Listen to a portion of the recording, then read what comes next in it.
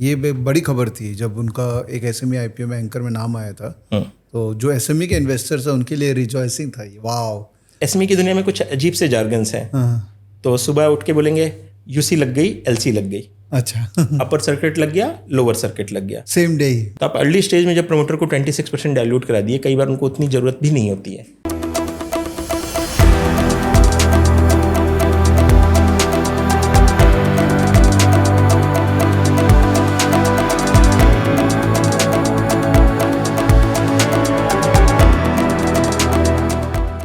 Face to face के एक और वीडियो में दोस्तों आपका स्वागत। वेरी वेरी एक्साइटेड, बहुत मज़ा आने वाला है, बहुत लर्निंग मिलने वाली है।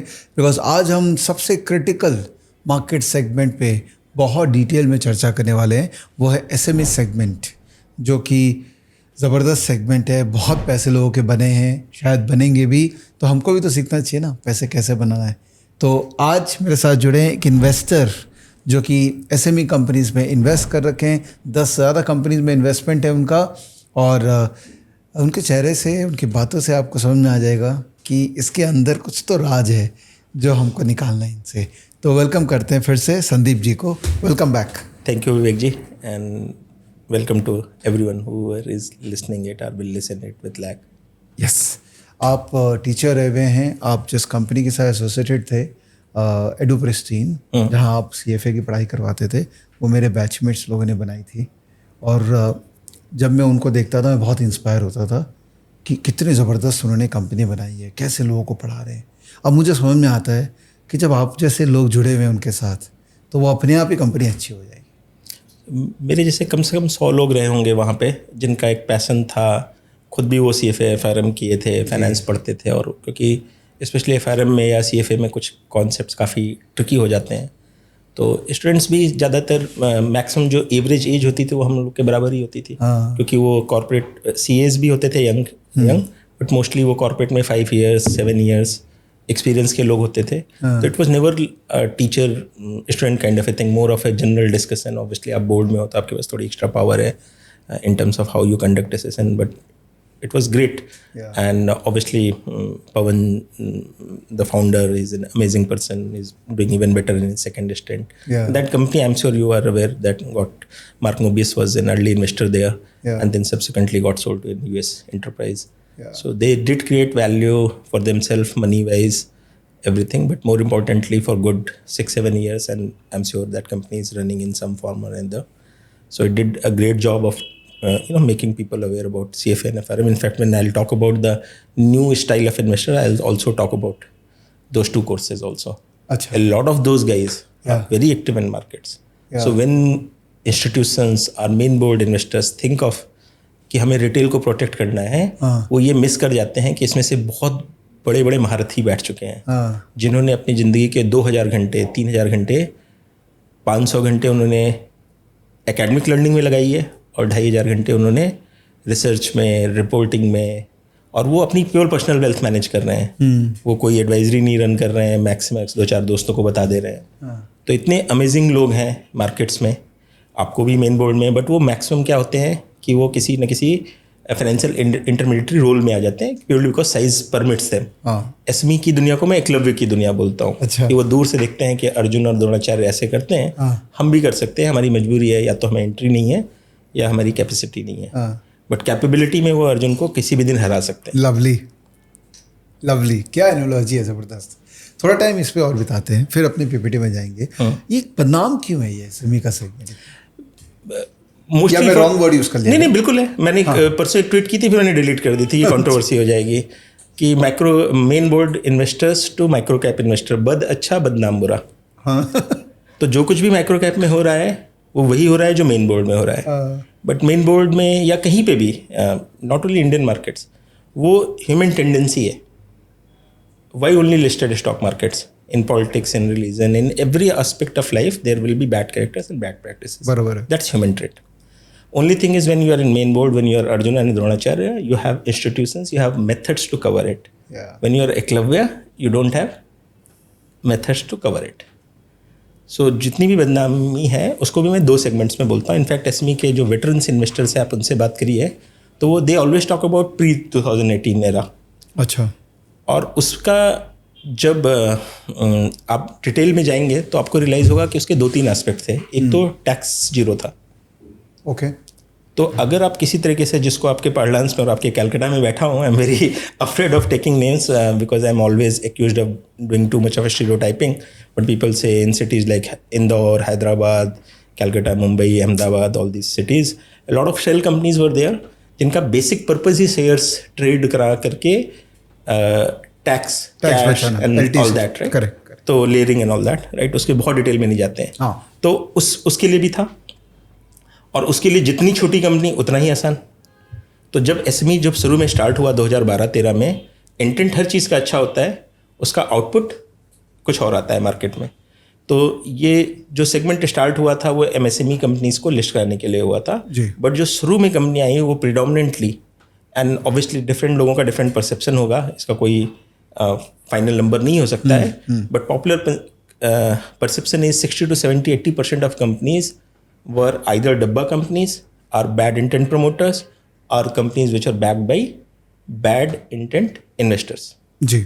maybe initially they were good, but subsequently they fell through the cracks of human emotions or compulsions or easiness of doing wrong things.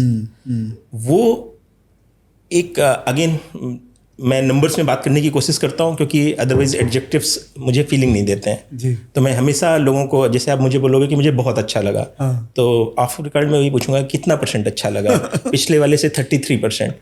अब वो 33% की कोई वैल्यू नहीं है, but unless you tell me कि कितना अच्छा लगा, मुझे वो एडजेक्टिव्स एब्जॉर्ब नहीं होते हैं। समझ गया। तो इसलिए मैं हमेशा नंबर्स डालने की कोशिश करता हूँ। वो फोर्स फिट ही होते हैं क्योंकि उसका कोई ऑब्जेक्टिव तरीका नहीं है कि आप उसमें नंबर से साइन कर सकें। बट ये जो 80% में प्री 2018 बोल रहा हूँ वो अभी 20 बचा होगा, बट परसेप्शन वाइज अभी भी 50-60 है। तो इसलिए आप जब मुंबई के main board investors, institutional investor से बात करेंगे, वो एसएमई से डरते हैं। आपको एग्जांपल देता हूँ, मेरे बड़े भाई के शायद मैं थोड़ा सा और डिटेल दे दूंगा तो लोग गेस भी कर ले जाएंगे। He was working with ICICI, I M Ahmedabad pass out, he move to USA, he runs a good hedge fund there. I met him in Chicago 3 months back, and he met me because कि उनकी रिपोर्टी, and he is very good with my elder brother, कि यार कुलदीप का छोटा भाई है तो कर्टसी मैं सुबह कॉफ़ी के लिए पी लूँगा। And the moment he realise that I am investing in SME, initially he tried to obviously warn me, and then he realised कि नहीं, ये तो बुल मार्केट में इसको ज़्यादा समझ में नहीं आ रहा है। And then he obviously tried to create a distance. He was literally like fearful, and I was like कि I mean, in a way it is good also for us because उसी perception problem की वजह से super size return है जो SME में इसमें लोग रियलाइज कर रहे हैं। तो बड़े लोग नहीं हैं, प्राइस इनएफिशिएंसी मान लेता हूँ ज़्यादा है, इसीलिए अल्फा भी बेटर रिटर्न, इसीलिए हाँ मिसप्राइस्ड सेगमेंट है। और वो एक जनरली लोग मान रहे हैं कि 2-3 साल से ज़्यादा नहीं रहेगा, क्योंकि now institutions are slowly realising. तो HDFC बैंक की ट्रेजरी ने पिछले 4 महीने में कम से कम 8 से 10 SME में एंकर इन्वेस्टमेंट किया है। ये बड़ी खबर थी जब उनका एक SME IPO में एंकर में नाम आया था, तो जो SME के इन्वेस्टर्स हैं उनके लिए रिजॉइसिंग था, ये वाओ अब आ गए। एवरीवन लुक्स फॉर वैलिडेशन, मतलब कोई कितना भी बोले कि फ़र्क नहीं पड़ता है, फ़र्क तो पड़ता है, राइट। तो उनको हमेशा ही लगता है यार कि हम पैसे बना रहे हैं, लेकिन हमें एक ब्रांडिंग की जा रही है कि आप गलत तरीके से पैसे बना रहे हो। तो उनको जब वैलिडेशन मिलता है, इनफैक्ट ये पैटर्न इंडिया का नहीं है, ये US में भी ऐसे ही होता है। अच्छा। तो आप आई एम होपिंग कि ये वीडियो SME के इन्वेस्टर ज़्यादा सुन रहे होंगे, उनके लिए बिल्कुल नॉर्मल नाम है Ian Cassel, right. He is considered Don Bradman of micro cap investing. अच्छा। आप उनके वही बोलिए कि micro cap investing is essentially finding out a company, उसका सारा अल्फा निकाल करके फिर इंस्टीट्यूशंस को दे देना। सही बात है, समरी में यही है जी जी। तो वो तो खुश रहते हैं कि आप इंस्टीट्यूशन नहीं आया तब तक बढ़िया है। जी जी जी। एक छोटा सा डिस्क्लेमर दे देते हैं, क्योंकि सुनने वाले तो हर तरह के लोग हैं, रिटेल इन्वेस्टर काफ़ी है जो सीरियस लोग हैं, तो एक डिस्क्लेमर होना चाहिए कि भाई जो भी बातचीत हो रही है ना, ये बहुत ज़्यादा एकेडमिक और अब मान लीजिए चिल बातचीत हो रही है, तो इसमें कोई स्टॉक का नाम आ जाए या एक ओपिनियन आ जाए, जैसे ये obviously is invested in SMEs, तो ये थोड़ा बायसनेस होगा इनके अंदर में, तो आप अपना सोच समझ के करिएगा भाई। बाद में मत बोलेगा, आपके बोलने के चक्कर में मैंने ये कर दिया वो कर दिया, मेरे पैसे लग गए, ये मत करिएगा। It's a very very academic discussion. कोई भी इंटेंशन नहीं है कि आपको प्रो एसएमई किया जाए या एंटी एसएमई किया जाए। समझ रहे ना बात आप? बिल्कुल बढ़िया है। देखिए आप सब लोग को रियलाइज हो गया होगा कि विवेक भाई ने भी डिस्टेंस बना ली कि एसएमई के इन्वेस्टर को बुला लिया है फेस टू फेस में। कल को ये लोग ना बोलें कि अरे ये तो पंप एंड डंप वाले सेगमेंट को फेस टू फेस में क्यों ला के बैठा दिया।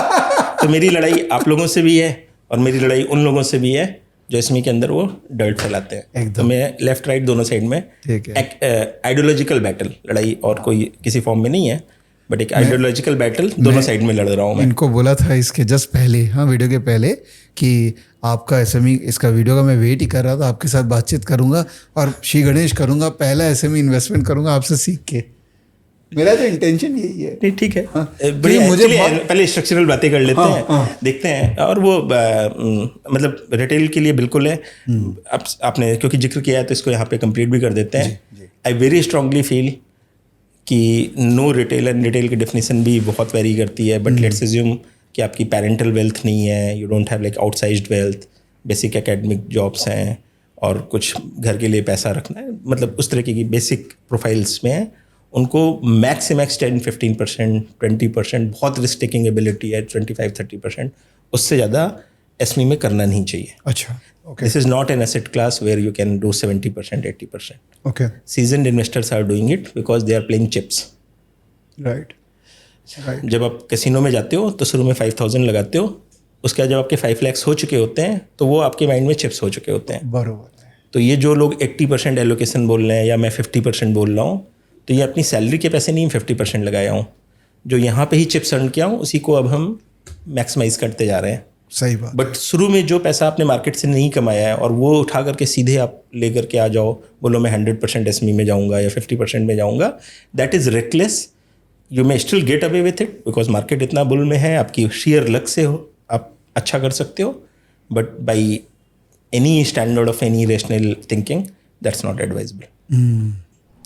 अब देखिए एक रिटेल इन्वेस्टर का मैं संदीप भाई आपको एक बात बताता हूँ। देखिए क्योंकि मैं तो इतना इंटरेक्ट करता हूँ ना सबसे, और जब मैं इस तरह के बैठ के बातचीत करता हूँ तो मैं उन्हीं को रिप्रेजेंट करता हूँ।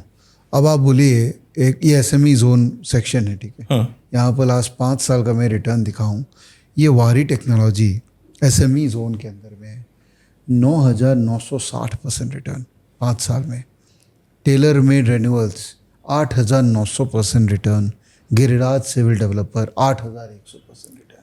अब बोलिए एक रिटेल इन्वेस्टर जो क्या बोलता है कि मेरे पास 50,000 रुपये है, ये शेयर बाजार ही है जो 50,000 को 5 करोड़ कर सकता है, ठीक है। सर 2018 की पहले की कंपनी उठा लीजिए, अब मैं देखिए रिवर्स में आ गया। ऐसी भी मिलेंगी कि वो एग्जिस्ट नहीं करती हैं। चलिए हम एसएमई को क्यों बात करते हैं, हम 90s में चले जाते हैं। You and I am sure you know this data but more for your audience. Few years back मैंने एक first time read that data कि 91-94 हर्षद मेहता एरा में कुछ 4,000-5,000 कंपनियां लिस्ट हुई थी। This was pre internet era. क्या बात कर रहे हो, उसी एरा में 4,000 कंपनी लिस्ट हुई है। और सो मच सो कि उसके बाद वो डब्बा कंपनी थी जो जसपाल भट्टी का जो फेमस क्लिप है गोलगप्पे वाली, राइट, तो वो कंपनी जवाब भी नहीं देंगी, लिस्टिंग का कोई रिक्वायरमेंट भी फॉलो नहीं करेंगी, इन्वेस्टर कंप्लेन क्या करेगा। तो गवर्नमेंट के पास गया, आरओसी के पास गया, रेगुलेटर्स के पास गया, एक्सचेंजेस के पास गया। इंडिया में कोई फ्रेमवर्क ही नहीं था कि हम कब तक इंतजार करें उनके जवाब न देने का। तो 97-98 में एक एक्ट बना जिसमें ये डेफिनेशन दी गई इंडिया में कि अगर ये कंडीशंस मीट हुई तो हम उस कंपनी को लापता घोषित कर देंगे। सही बात है। तो कंपनियां ही लापता हो गई। तो आज हम बुल मार्केट में बैठ के 2024 में ये 10,000% और 9,000% देख करके हम अगर एंकरिंग करेंगे तो obviously we are misunderstanding in asset class. In fact इसी में ही रिवर्स भी कुछ केसेस आपको मिल जाएंगे। 60-70%, 80% लॉसेज वाले भी मिल जाएंगे आपको, है ना। बट ये अभी बुल मार्केट चल रहा है। अभी ये रात के 11-12 बजे की पार्टी चल रही है, सुबह 4 बजे पता चलेगा जो लास्ट में कहाँ पे रेट पड़ी, कहाँ पे वायलेंस हुआ, कहाँ पे फूड में पॉइजनिंग हुई और कहाँ पे सही में पार्टी हुई। तो इस समय इसको रिटर्न्स पे देखना थोड़ा सा सही नहीं है, डेटा की तरह से एनालाइज करना है। मैंने भी अपने प्रेजेंटेशन में एक छोटा सा बनाया है, उसमें मैंने इन रिटर्न्स की बात की है, बट हमको उसको बहुत कैवियाट करना है कि we are in a peculiar period 2 year का non stop bull run.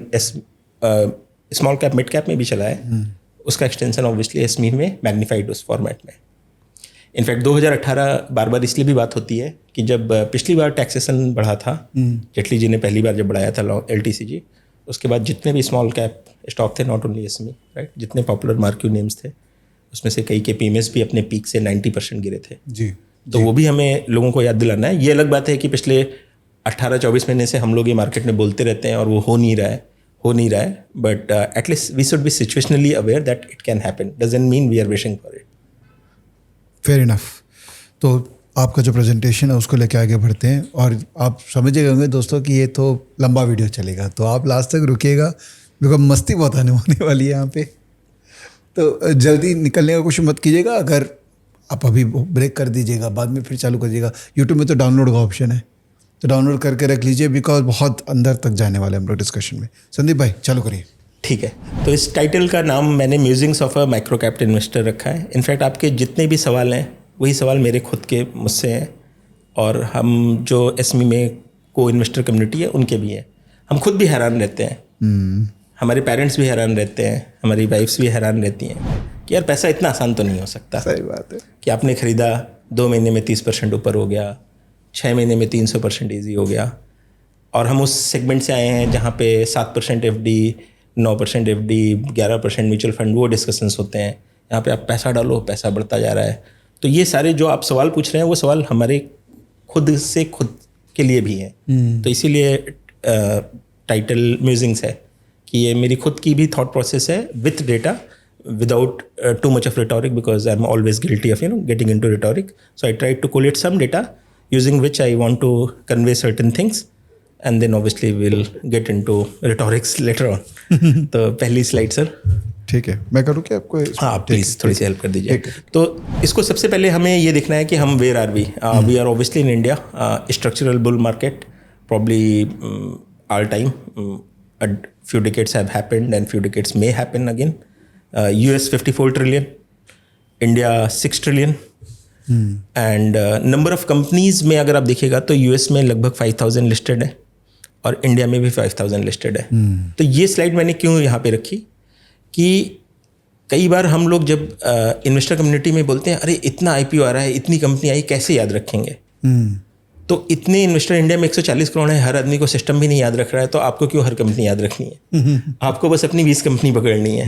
Y do you need to know 5000 companies?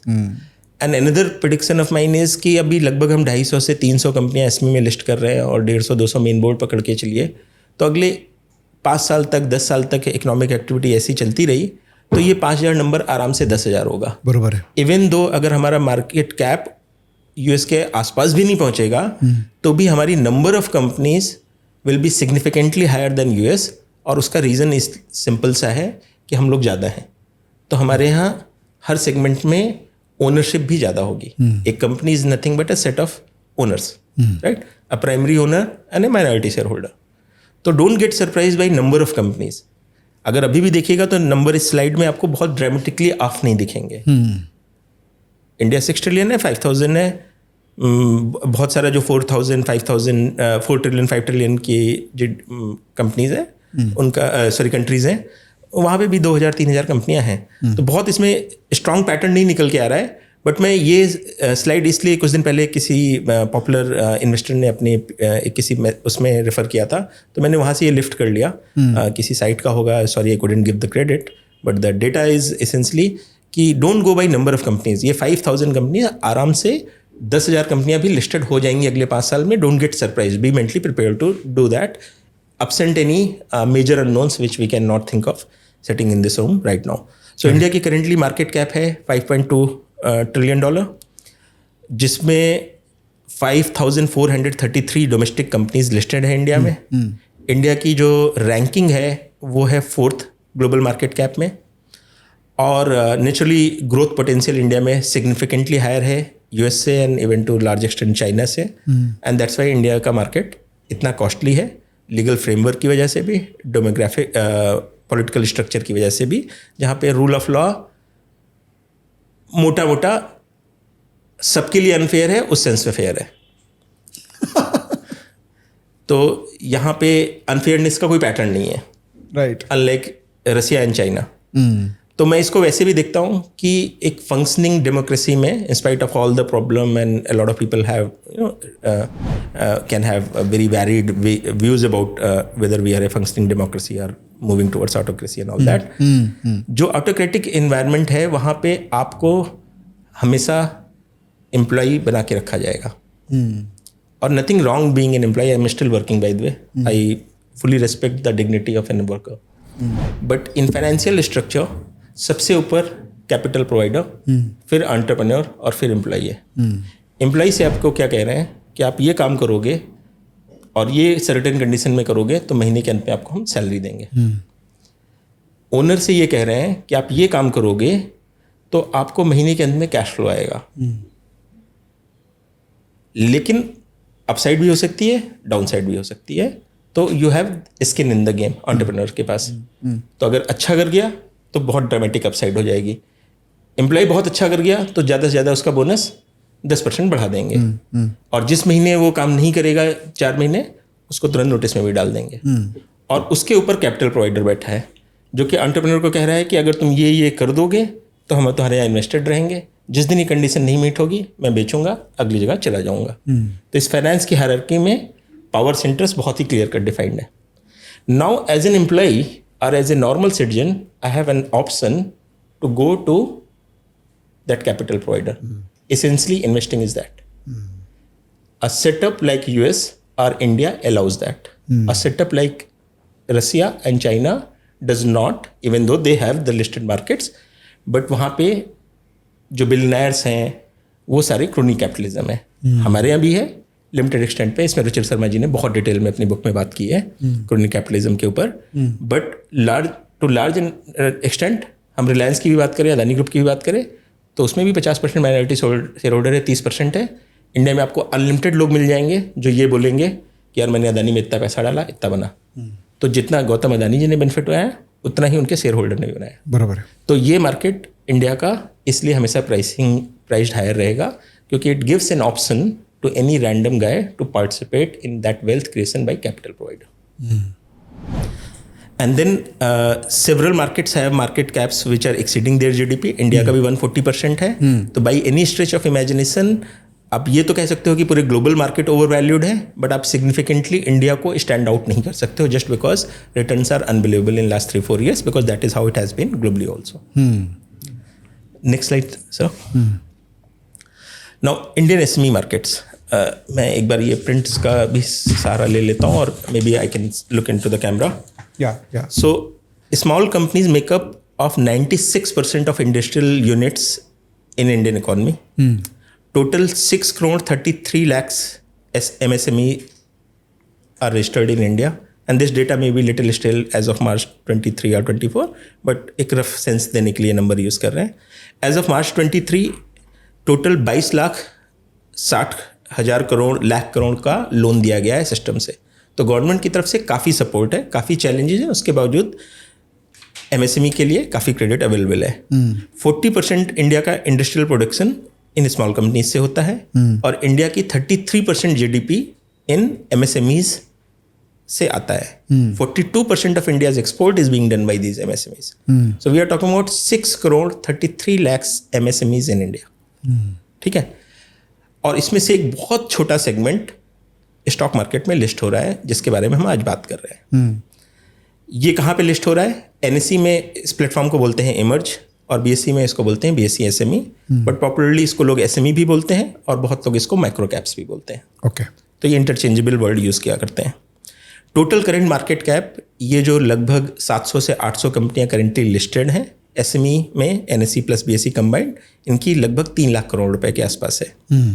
और इसको जो सीजनड इन्वेस्टर हैं मुंबई के, जो अपने पर्सनल वेल्थ से या पीएमएसएस से इन्वेस्ट करते हैं, they often see it is a part of alternative investment class. Okay. तो आप में से मैक्सिमम लोगों को पता होगा, बट जिनको नहीं पता है, alternative investment is basically that search of beta जहाँ पे आपका correlation with main market should be very low and it should hopefully give you a better beta also.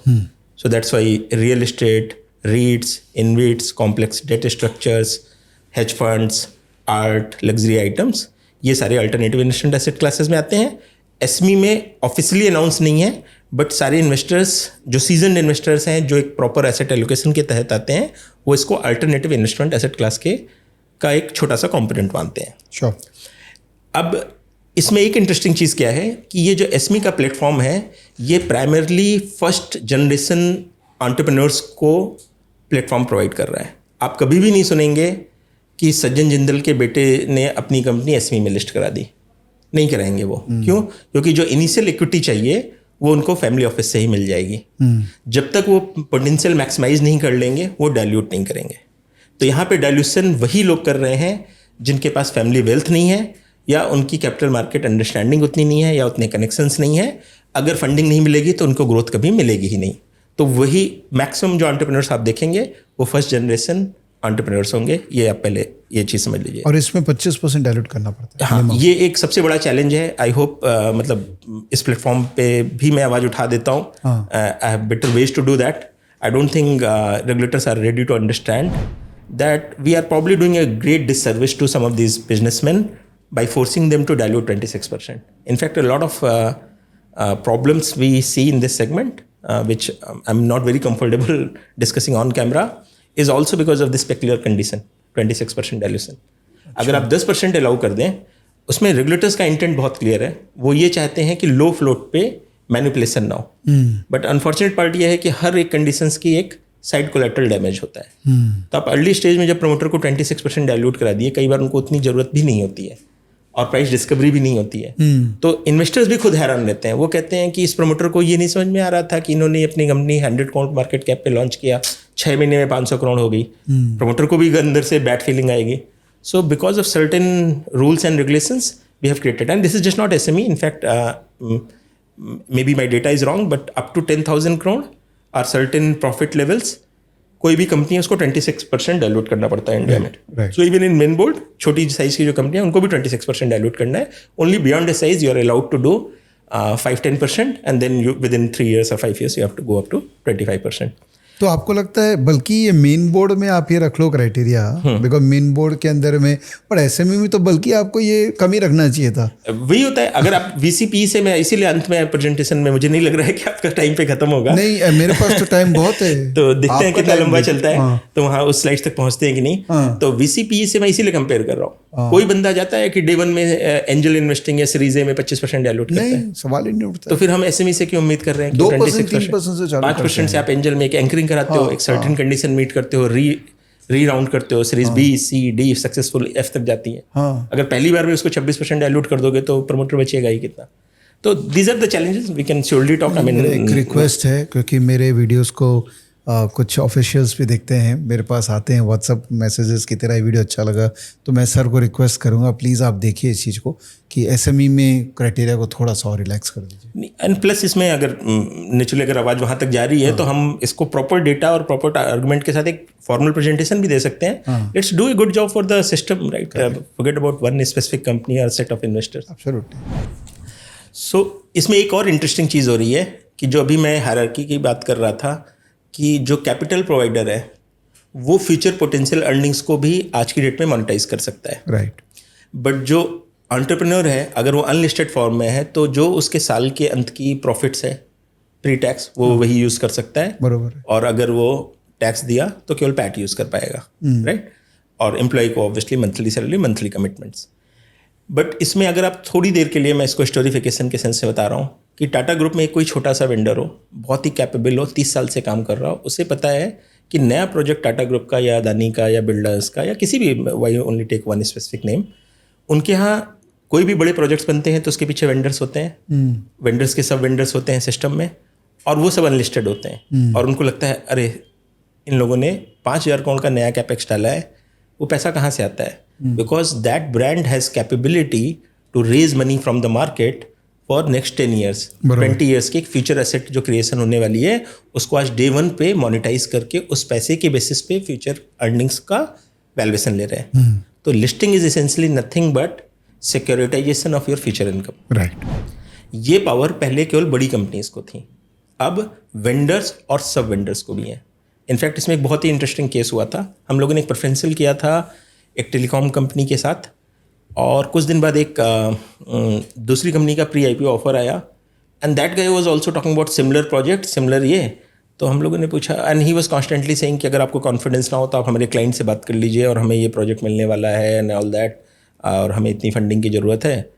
So we were not very interested because similar काम पे पैसा already डाल चुके थे। And then subsequent discussion we realised कि he is talking about his client was nothing but the company which we just funded. Oh, so setup में value chain में My multiple God. Levels पे funding चल रही है और layering चल रही है, right. So listing basically allows people at each hierarchy to go and raise money from the market based on the future potentials. But ये स्टार्टअप्स तो फंडिंग तो हो ही रहे हैं।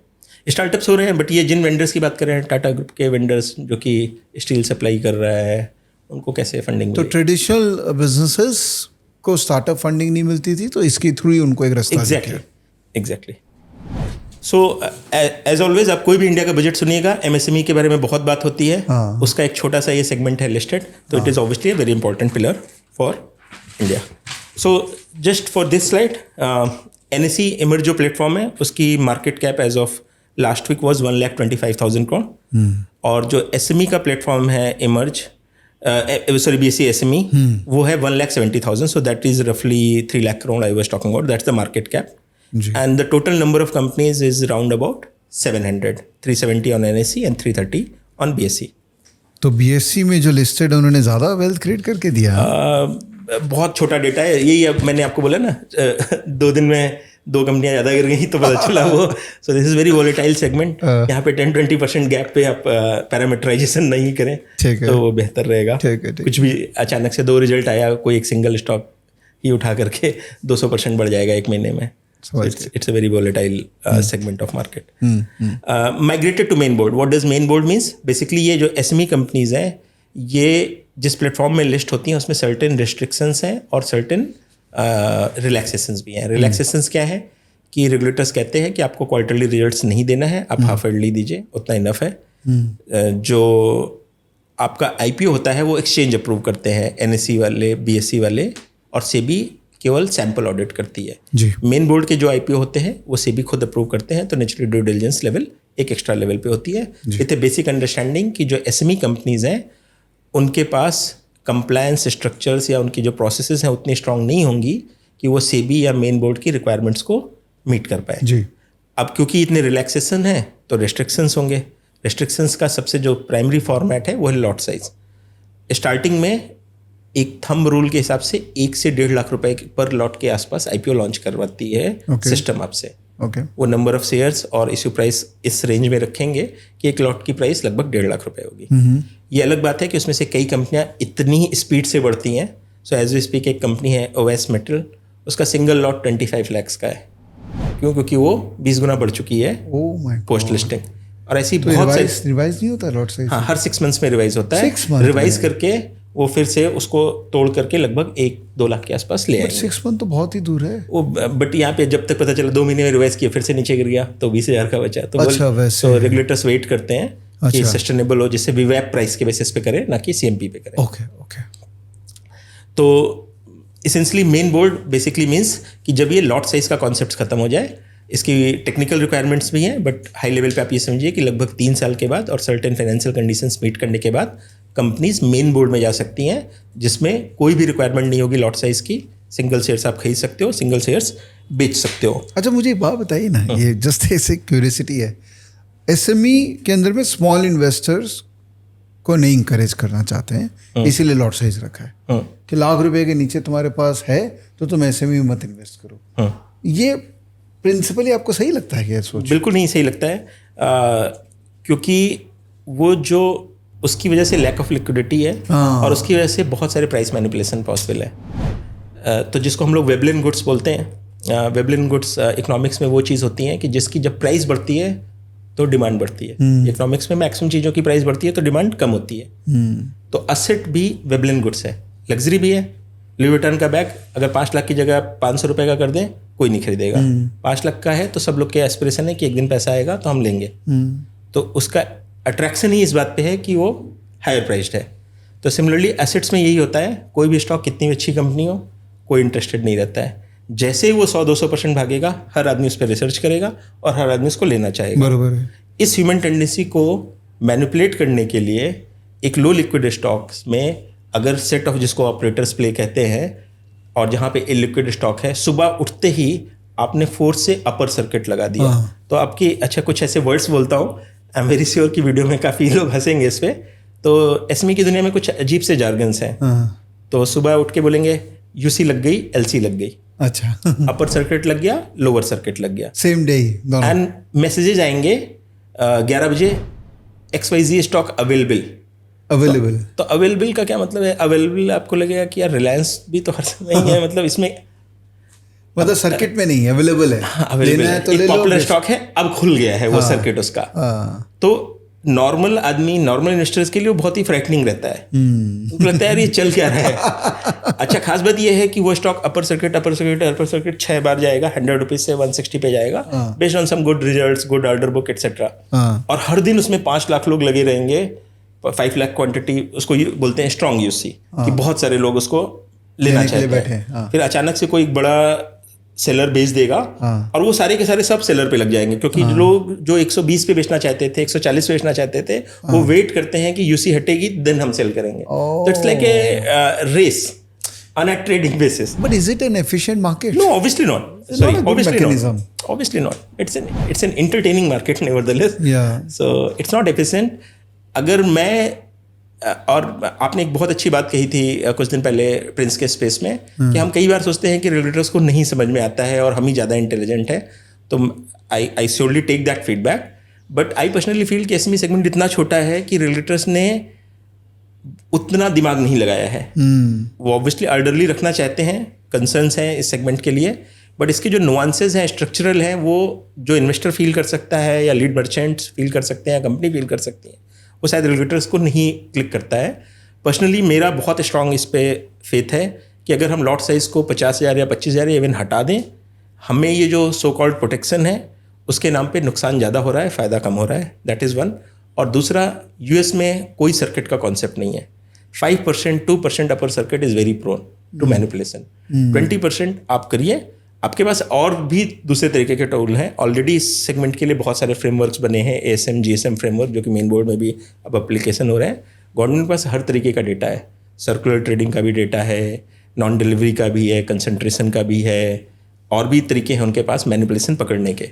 अगर वो सर्किट्स हटा दें और लॉट साइज हटा दें तो मार्केट ज़्यादा लिक्विड होगा और मोर एफिशिएंट होगा। This is popular to what regulators, contrary to what regulators think, but a lot of investors, including me, we feel the reverse of it is actually more efficient.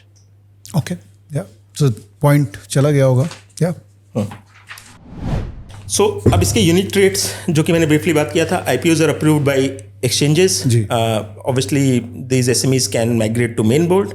Half yearly results होते हैं, trading in lots होती है और tight price bands होते हैं। शुरू में कई बार वो 20% होते हैं, ज़्यादा वोलेटाइल होता है तो रेगुलेटर्स उसको 10% कर देते हैं, और वोलेटाइल होता है तो 5 कर देते हैं, और वोलेटाइल होता है तो इवन 2% भी कर देते हैं। They try to reduce the volatility with a hope कि इससे इसकी ट्रेडिंग अट्रैक्टिवनेस कम हो जाएगी। So that is the intent. It often works and it often doesn't work also, like any rules and regulation. जी। Most important is about this segment is lack of institutional investors and formal research coverage. आप main board में जाइए, sell side research आपको किसी ना किसी lead format में आपको मिल जाएगा। कई बार वो ऑफिशियली पब्लिश होगा या इनडायरेक्टली आपको मिल जाएगा। मल्टीपल साइट्स हैं जहाँ पे आपको गोल्डमैन सैक्स रिलायंस के बारे में क्या कह रहा है वो आपके बारे में मिल जाएगा। और not only research reports, even you will find enough interviews where big investors, big research houses, big brokerages are talking about these popular companies, right? Obviously higher up in the main board, more the coverage. तो Reliance 40 analyst cover करते होंगे और एक कोई 50,000 करोड़ की company होगी तो शायद 5 और 10 कवर करेंगे। बट फिर भी आपके पास डे 1 रिसर्च का डेटा है जिसकी एक टाइम सीरीज है और क्रॉस सेक्शनल एनालिसिस है। सो नॉट ओनली आपको अपोलो टायर्स का पिछले 8 क्वार्टर या पिछले 10 साल में क्या हुआ है या 5 ईयर्स में क्या हुआ है वो पैटर्न भी मिलेगा, वो डेटा एनालिसिस भी मिलेगी, और उसका कंपैरिजन मिलेगा पीयर इंडस्ट्री से भी कि बाकी comparative to other tier companies ये कैसा है। तो आपके पास एक स्टार्टिंग में एक बहुत अच्छा रिसर्च नोट मिल जाता है जो कि आपको एसएमई में मिलेगा ही नहीं। दूसरा, लैक ऑफ इंस्टीट्यूशनल इन्वेस्टर्स। क्यों? क्योंकि एक तो साइज की भी प्रॉब्लम है और स्पेशली म्यूचुअल फंड्स को अलाउड नहीं है एसएमईज में। तो यहाँ पे केवल और केवल retail, HNIs, so called UHNIs and PMSs और फैमिली ऑफिसेज. सो बिलियनियर फैमिली. पीएमएस को अलाउड है? पीएमएस तो एक पीएमएस मेन बोर्ड का भी कर सकता है, एसएमई भी कर सकता है, या अलग कैटेगरी ऑफ पीएमएस? मेरी अंडरस्टैंडिंग है, yes, I may be wrong, तो मैं मतलब इसको हाफ कॉन्फिडेंस से आंसर कर रहा हूँ. और family offices are quite active, क्योंकि उन्हें पता है उनमें से मतलब उनके ऊपर कोई रिस्ट्रिक्शंस नहीं है. तो billionaire family offices are even any rich person, उनका फैमिली ऑफिस भी इन्वेस्टेड है. FIIs भी हैं in fact, good once.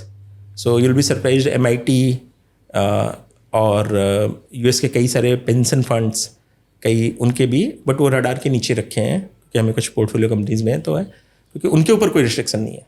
That's the sad part. EPFO can not invest in Indian SME, but Texas pension fund can invest in Indian SME. क्या बात कर रहे हैं? ऐसा स्टॉक है क्योंकि वो अपने को प्रोटेक्ट नहीं करना चाहते, हम अपने को प्रोटेक्ट कर रहे हैं, क्योंकि हमने एक पूरे सेगमेंट को रिस्की अनाउंस कर रखा है. Interesting.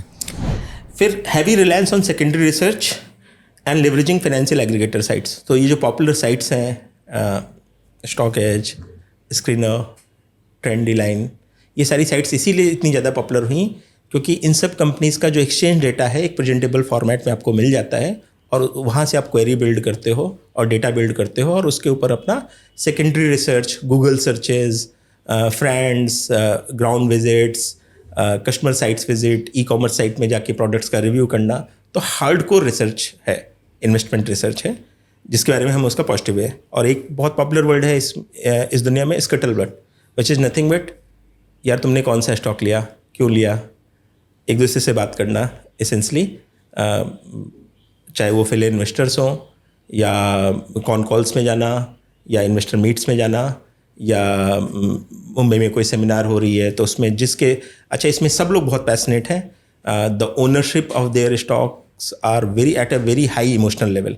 You'll rarely find people being so emotional about Reliance or ICCI, but when you talk to SME investor, as if he's talking about his kid. People are so emotional about their stocks. तो उसमें जब आप उनसे बात करेंगे तो एक दूसरे से आइडिया एक्सचेंज होते हैं, और this is the only form of research available. Obviously prone to manipulation, biases and all those things, but good or bad, that's the only way you can research. So collaboration really matters, and that's why the spaces are so popular. So WhatsApp circles, Telegram, I'm obviously not on Telegram, but WhatsApp is very popular and people call up each other. IPOs आते हैं, उसके पहले discuss करते हैं, बाद में discuss करते हैं. एक छोटी सी कम्युनिटी है. मुझे एक रफ फीलिंग है कि लगभग 5 लाख पैन एक्टिव हैं, उसमें से 5000 ऐसे हैं जो रिसर्च ओरिएंटेड हैं. बाकी नेचुरली वो बोल रहे हैं कि भैया ने बोला तो मैंने ले लिया, और इस दोस्त ने बोला तो मैंने ले लिया. एक छोटा सा मैं रिक्वेस्ट करना चाहूँगा दोस्तों कि बहुत सारे ऐसे पब्लिक व्हाट्सएप ग्रुप्स हैं, चैनल्स हैं, टेलीग्राम चैनल्स हैं, या फेसबुक चैनल्स हैं वगैरह, जहाँ पर SME स्टॉक के बारे में बातचीत हो जाती है, और एक तरह का रिकमेंडेशन टोन उस बातचीत के अंदर में रहता है. You please be careful. ये वो नहीं है जो ये कह रहे हैं, राइट? एक कम्युनिटी जो ये कह रहे हैं ना, व्हाट्सएप ग्रुप, तो ये लाइक माइंडेड कम्युनिटी है जो एक दूसरे को हेल्प कर रही है, जो नॉलेज का आदान प्रदान कर रही है. ये वो कम्युनिटी नहीं है जहाँ पर ये हैं और कोई बोल रहा है ये स्टॉक ले लो, ये चलेगा, जो कि रिटेल इन्वेस्टर देख के एक्साइटेड हो जाता है. प्लीज़ आप ध्यान रखिए उन सब से, हमको एकदम आउट. नहीं, glad that you brought it up. Let's call the elephant in the room out loud and clear. So इसमें बहुत सिंपल से यार्डस्टिक है. Assuming, see first of all हम अभी प्रोटेक्शन पे जा रहे हैं, जो रेगुलेटर्स कर रहे हैं. मैं भी प्रोटेक्शन की बात कर रहा हूँ. Unfortunate part is a lot of these people who are listening, they don't even want protection. They don't want protection. वो बोलते हैं कि यार मैंने सुना, मैंने वीडियो बंद कर दिया क्योंकि बोरिंग था, कुछ समझ में नहीं आया, स्टॉक की तो बात हो नहीं रही थी. हाँ, राइट. तो वो खुद भी चाहते हैं कि आपकी बातें तो अच्छी थी, बस प्लीज़ ये तो बता दो ना कि कौन सा स्टॉक खरीदोगे. Because no one wants to learn how to do the fishing, they just want fishes. That's human tendency. It's there in main board, it's there in all financial assets, it will naturally be there in SME also. But assuming you are not one such person who genuinely want method, not the outcome, उनके लिए बड़ा simple सा है कि आप किसी भी बंदे से व्हाट्सएप, ट्विटर या कहीं पे भी कनेक्ट हो रहे हैं, अगर वो ये नहीं बता पा रहा है कि उसने क्यों खरीदा और किस कंडीशंस में वो नहीं वर्क करेगा. If he doesn't have intent or capability to tell you these two things, why did he buy and in what condition it will not work? Obviously you are basically buying a credit card from him. क्योंकि वो already इसको legal parlance में front running बोलते हैं, ये soft front running है कि मैंने अपना एक पोजीशन बना ली, फिर उसके बाद मैं ट्विटर स्पेसेस में उसके, और we all are guilty of it, right? The degree can vary. तो मैंने विवेक जी को कुछ दिन पहले ये बात भी बोला था कि एसमी में सबसे बड़ा डायलमा, हम मेरे जैसे हजारों इन्वेस्टर्स हैं, उनका डायलमा यही है कि where is that thin line between talking about your stocks and promoting your stocks, और एक्सट्रीम वर्ड्स में जिसको not so good word, pumping your stocks, right? तो उसका जो ग्रेडिंग है वो कैसे आप इस्टेब्लिश करोगे, वो बहुत टफ है। उसमें मैं कोई भी अगर यहाँ पे स्टेटमेंट दूंगा वो तो जजमेंटल हो जाएगा, बट इतना जरूर कहूँगा कि आप ये जरूर नज़र रखिए कि कोई भी बंदा ये बता रहा है कि मैंने ये स्टॉक खरीदा, वो इम्पॉर्टेंट नहीं है, उसने कब खरीदा। And assuming he is from your close friend circle, then ideally he should also tell you when will he sell. वो कोई भी नहीं करेगा, क्यों? क्योंकि उसके ऊपर बहुत मेंटल प्रेशर हो जाता है। इसलिए आप किसी से ये जानने की जरूरत ही मत महसूस करिए कि वो कब खरीदा और किस प्राइस पे खरीदा। हाँ, उसकी पॉपुलर पोजीशन है, अगर he is openly talking about a stock, आप पूछिए कि आपका क्या फ्रेमवर्क था, और ये सवाल जरूर पूछिए आप। इनफैक्ट हम लोग प्रमोटर से भी पूछते हैं, ये बहुत ही पॉपुलर क्वेश्चन है, व्हाट कैन गो रॉन्ग। अगर वो बोल रहा है नहीं इसमें तो कोई प्रॉब्लम नहीं है, 3 years है, 5 years है, then obviously you know either he is inefficient, unskilled person, most likely he is just a biased person. क्यों मैं ये बात इसलिए भी बोल रहा था क्योंकि मेन बोर्ड के अंदर में कई लोग हैं जो बड़े इन्वेस्टर्स हैं, वो भी टीवी पे आके बोलते हैं कि हाँ मैंने ये स्टॉक लिया है, मेरा ये थीम है, तो लोग उनको ट्रस्ट करते हैं, और some of them have done phenomenally well for themselves and for people who trust them. But SME में क्या हो गया ना कि बहुत तरह के लोग आ गए, तो वहाँ पर अभी जो सेग्रीगेशन है ना कि अब संदीप भाई अच्छे हैं कि बुरे हैं, वो एक पॉइंट के बाद समझ में आएगा, ठीक है? तो वो ट्रैक रिकॉर्ड जब आपका आएगा, लोग जहाँ सामने नजर आएगा कि भाई genuinely you are good. But SME investors को फ्रेंकली ट्रैक रिकॉर्ड बनने की जरूरत भी नहीं है, क्योंकि most of these SME investors have, I mean, at least the ones I know, don't have much of intent to go become financial intermediaries. So they don't want to even create record. नहीं, आप हो सकता है मेरा नहीं बन रहे हो, बट देखिए अल्टीमेटली आप बड़े इन्वेस्टर बनेंगे तो लोग तो आपको फॉलो करेंगे। Fair enough. I take that. मतलब first of all, I really agree with the disclaimer you said. So when I talked about WhatsApp group, I was surely talking about people you know very well. Not joining one Telegram group जहाँ पे 5000 लोग हैं, morning में call आ रही है, by this, cell this. सबसे बढ़िया selling languages कैसी होती है, इसको ले लो अपने बच्चों की शादी के लिए। I mean so there are some amazing sales pitches which happen. I call them credit card salesman. And that I think happens in all segment of markets, and naturally SME में सबसे बड़ा चैलेंज वही है कि कोई भी popular companies 500,000 crore तक के मार्केट कैप तक मैक्सिमम उसके 1000 शेयर होल्डर है। All you need is one so called fancied investor and his 100 followers. वो जैसे एंटर करेगा स्टॉक वैसे 20-30% बढ़ जाएगा, मेनी टाइम्स अनइंटेंसली, समटाइम्स इंटेंसली, और जो भी आप उस पर जजमेंट पे नहीं जाते हैं। तो क्योंकि लिक्विडिटी इतनी छोटी है कि पॉपुलर ओपिनियन बहुत तेज़ी से प्राइसेस स्वे कर देती है। करेक्ट। तो इसलिए जब ये ओपिनियंस के डिस्कशंस हो रहे हैं तो उसमें उस चीज़ को आप हमेशा गार्ड रेल हो करके और डिस्काउंट करके चलिए। Correct, that's the point. या चलिए आगे बढ़ते हैं। सो एक इसको थोड़ा सा स्विच कर देते हैं। इवन दो हम बार बार इन्वेस्टर के पर्सपेक्टिव से बात कर रहे हैं, and face to face naturally is very popular with investors. A lot of our good friends, college seniors, juniors who are doing good job as an entrepreneurs, they also want to evaluate this as a platform, SME platform. तो उनके लिए एक थोड़ा सा coverage है, and then will switch back to the talking to the investors that what is in it for the founders. So इसके pros क्या है? फर्स्ट ऑफ ऑल, जितने भी आप प्रमोटर से बात करिए जो लिस्टिंग के बाद हैं, उनका क्रेडेंशियल्स क्लाइंट्स के सामने, सप्लायर्स के सामने, एम्प्लॉइज़ के सामने, और इवन सिस्टम के सामने। When I say system, not only regulators, administrations, respective industry bodies, हर जगह आपका क्रेडेंशियल बहुत ज़्यादा बढ़ जाता है। और मतलब मैं अगर सिंपल से एग्जांपल्स लूँ तो एक लॉजिस्टिक्स कंपनी से बात हो रही थी, बोले कि हमारी सेल्स टीम कुछ बड़े क्लाइंट्स की बिडिंग होती थी तो हम बिड ही नहीं करते थे, क्योंकि हमें पता था कि वो सेलेक्ट नहीं करेंगे। बोले आज वो क्लाइंट हमारी लिस्टिंग के बाद वो आगे से कॉल करते हैं, why don't you guys bid. अच्छा। कल इनफैक्ट एक इन्वेस्टर से बात हो रही थी, तो वो बोले कि बहुत सारे क्लाइंट्स हमको इसलिए काम देते हैं, नॉट सो गुड रीज़न, कि उसमें जो डिसीजन मेकिंग है वो कोई जनरल मैनेजर होगा, तो उसको ये लगता है यार अनलिस्टेड प्लेयर की बजाय लिस्टेड से काम करूंगा, और ये प्रमोटर है तो इसके स्टॉक के बारे में भी थोड़ा समझ लूंगा। अच्छा। तो those kind of wicked interests come into the picture. Employees one of the IT companies I was invested, वहाँ पे फाउंडर्स वाज ऑलवेज सेइंग कि यार जो मेरे अच्छे एम्प्लॉयज़ हैं 6 साल 7 साल हो गए हैं, अब वो मैरिज की एज हो गई है, तो घर में बहुत प्रेशर है कि आप छोटी कंपनी में क्यों काम कर रहे हो, आप जॉब चेंज करो इन्फोसिस विप्रो में तो आपकी मैरिज जल्दी हो जाएगी। तो बोल रहा है कि सर मैं 2 साल चेंज कर लेता हूँ, मैरिज करके फिर वापस आ जाऊँगा। बोला लिस्टिंग के बाद मेरा वो प्रॉब्लम 50% रिड्यूस हो गया। आई am still a small company but because मैं लिस्टिंग हूँ, लिस्टेड कंपनी हूँ, तो सामने वाला मुझको सीरियसली ले रहा है। फिर ग्लासडोर में आप छोटी कंपनीज़ में जाइए, IT कंपनीज़ में लोग ये फीडबैक देते हैं कि ये एक अच्छी कंपनी है, क्यों? क्योंकि टाइम से सैलरी देती है। Now that can not be A criteria of calling someone good, but उतनी छोटी कंपनी से एम्प्लॉइज़ वो भी नहीं एक्सपेक्ट करते हैं कि वो टाइम से सैलरी दें। तो जैसे ही आप लिस्टेड हो जाते हो तो आपकी पेइंग कैपेबिलिटी पे एक लोगों को ट्रस्ट हो जाता है, सप्लायर्स को भी हो जाता है, क्लाइंट्स को भी हो जाता है और एम्प्लॉइज़ को भी हो जाता है। तो that's a major change.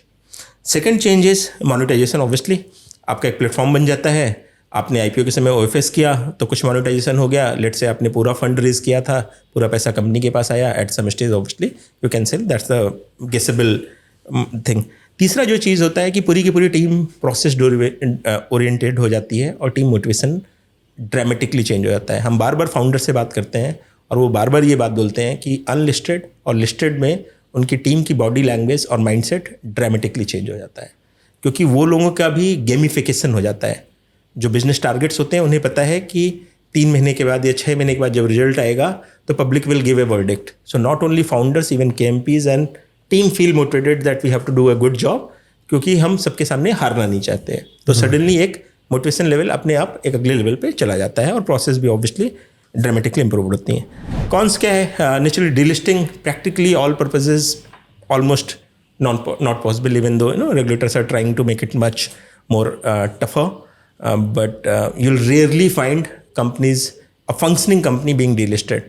The only way to delist is either wait for the bad times where you basically become defunct company and no one wishes for that, and sometimes promoters can simply do a shorthand ki business उठा के किसी दूसरी company में डाल दिया, that's again hardcore cheating. So leaving aside those kind of scenarios, practically it is impossible to do delisting. तो ये वो कुआं है कि आप एक बार आ गए तो आ गए, फिर वो जिंदगी भर वो कंपनी आपकी लिस्टेड फॉर्मेट में ही चलनी है for all practical purposes. Compliance cost monetary बहुत ज़्यादा नहीं है सरप्राइजिंगली। कई बार प्रमोटर्स को लगता है कि बहुत खर्चे होंगे, कॉस्टिंग बहुत कम है, हार्डली साल के 5 लाख 10 लाख रुपए, अगर उसमें आप CS CFO बेटर क्वालिटी जोड़ भी लीजिए तो भी 30 40 50 लाख रुपए है, which is not a big number for any promoter. So उस तरीके से तो कॉस्ट वाइज ज़्यादा नहीं है, बट कंप्लायंस बर्डन के सेंस में कंप्लायंस कॉस्ट तो है ही। तो आपको सब चीज़ें डिस्क्लोजर्स करना है। इनफैक्ट मैं इसमें सिंपल सा एग्जांपल लेता हूँ। What is smartness in unlisted format is often seen as corporate governance issues in listed. अच्छा। एक सिंपल सा एग्जांपल, अभी आप अनलिस्टेड हो, आपने बोला कि इस एम्प्लॉय को कार, वो कंपनी कार नहीं मिली, एक काम करो यार घर से जाओ और मेरी वाइफ से वो कार ले लो और चले जाओ, राइट? या आपके किसी फ्रेंड को भी चाहिए, आपने उठा करके अपनी कार दे दी। तो जो the boundaries between what is a company and what is a personal asset is not there, and because you are using all your assets, including company assets, in most efficient manner, and if you are doing it in an optimized manner, obviously it is efficiency. But you try doing it as a listed promoter, people will call you a cheat.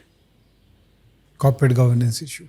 So वो dramatically change हो जाता है, और promoter को कई बार वो emotionally समय लगता है समझने में कि अब कंपनी एक अलग एंटिटी है और मैं एक अलग एंटिटी हूँ। बैलेंस शीट में भले ही वो उनकी इक्विटी को लाइबिलिटी के साथ रखा जाता है, लेकिन प्रमोटर मेंटली हमेशा मान के चलता है मेरा ही तो पैसा है।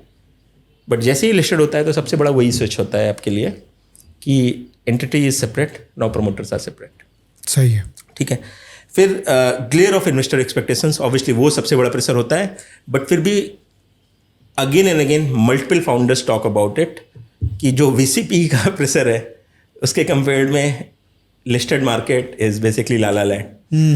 कुछ नहीं है, la la land is in the movie वाला लाला। अच्छा, मूवी वाला क्या? मैं तो हिंदी वाला लाला। हिंदी वाला। अच्छा अच्छा, ठीक है, क्लैरिफाई किया okay. कि सब कुछ अच्छे से चलता है, खुशी रहते हैं, इन्वेस्टर भी खुश रहते हैं, पब्लिक भी खुश रहती है, आराम से चलता है। एक्सपेक्टेशन बड़ी सिंपल है, सर कितना पैट आएगा, कितनी सेल्स आएगी, कोई ये सवाल आके नहीं पूछता है। अब ये मैं ऑब्वियसली सरकाज़म से बोल रहा हूँ कि फंक्शनिंग बोर्ड है कि नहीं है, मतलब डीपर डिस्कशंस नहीं होते हैं, क्योंकि जो इन्वेस्टर्स की डेप्थ है of understanding as well as their intent to go deeper is much shallow और much lower compare to professional investors if you get it from VC and PE world. And we'll talk about that in little detail later on also.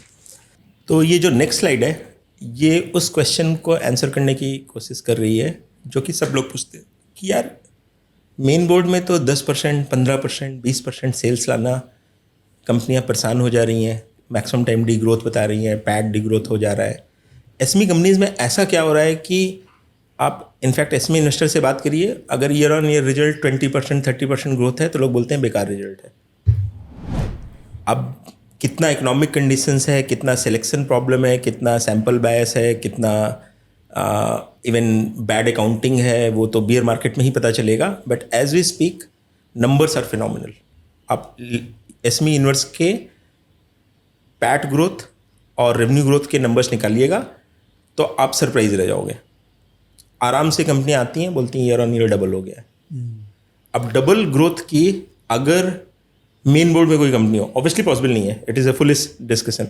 आप ये बोलिए कि पिडिलाइट अगले 5 साल 100% है, imagine उसका क्या पीई होने वाला है।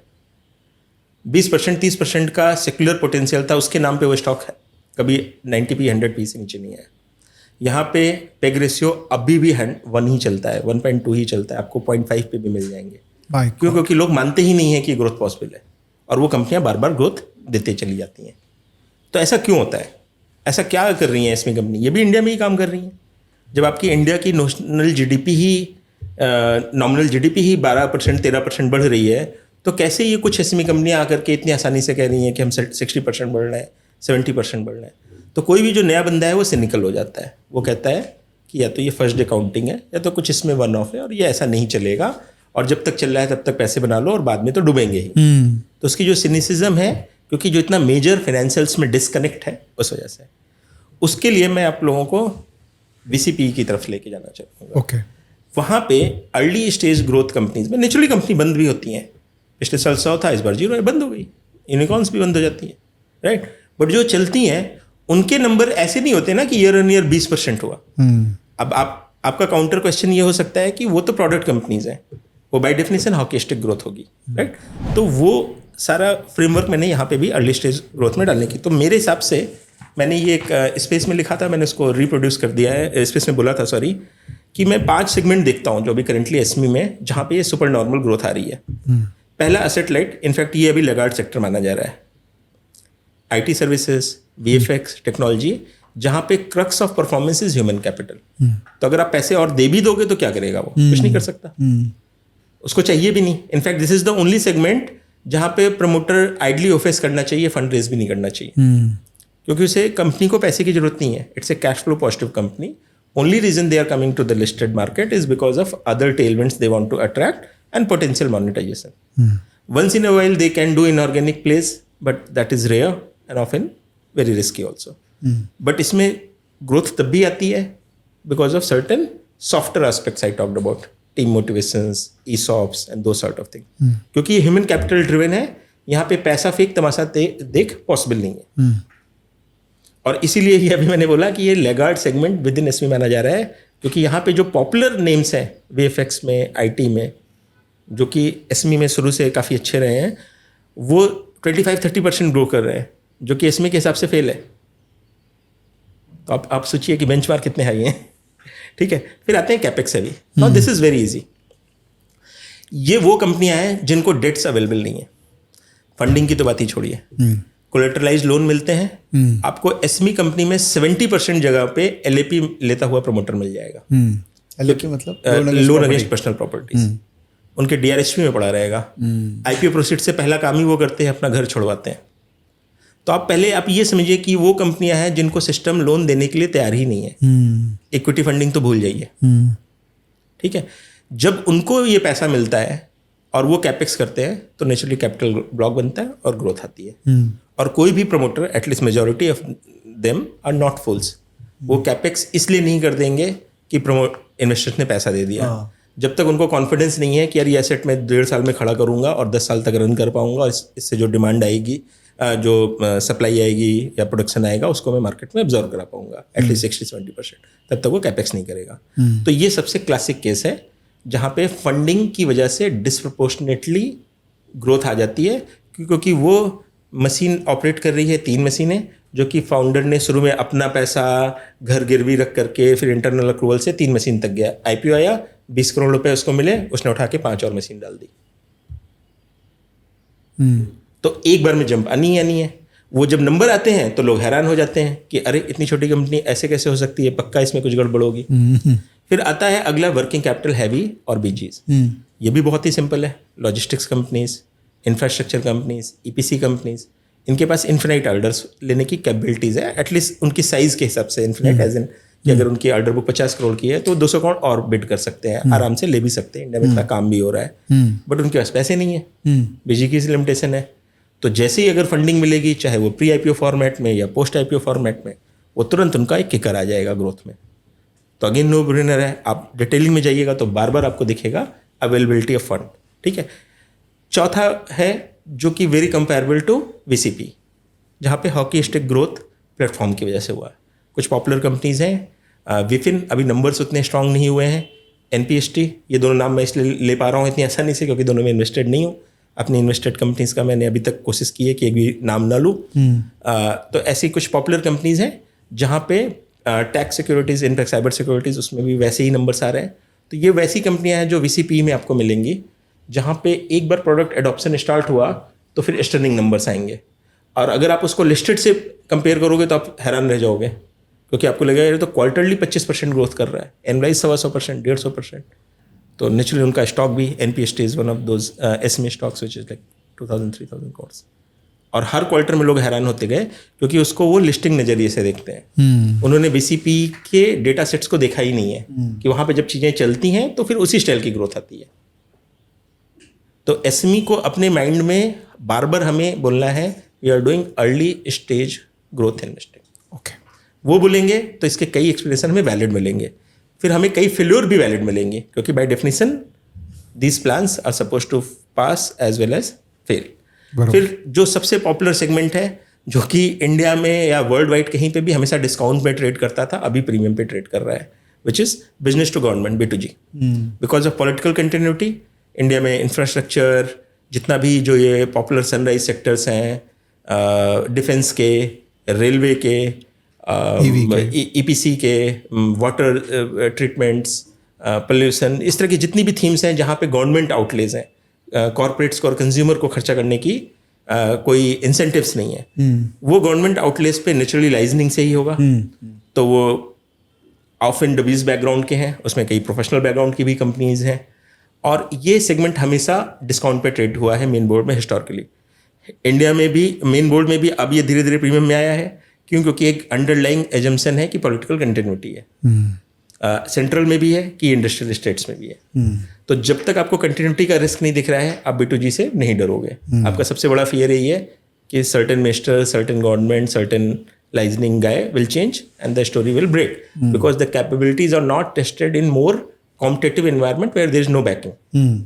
But as of now market is not ready to listen. अब B2G में भी वही है।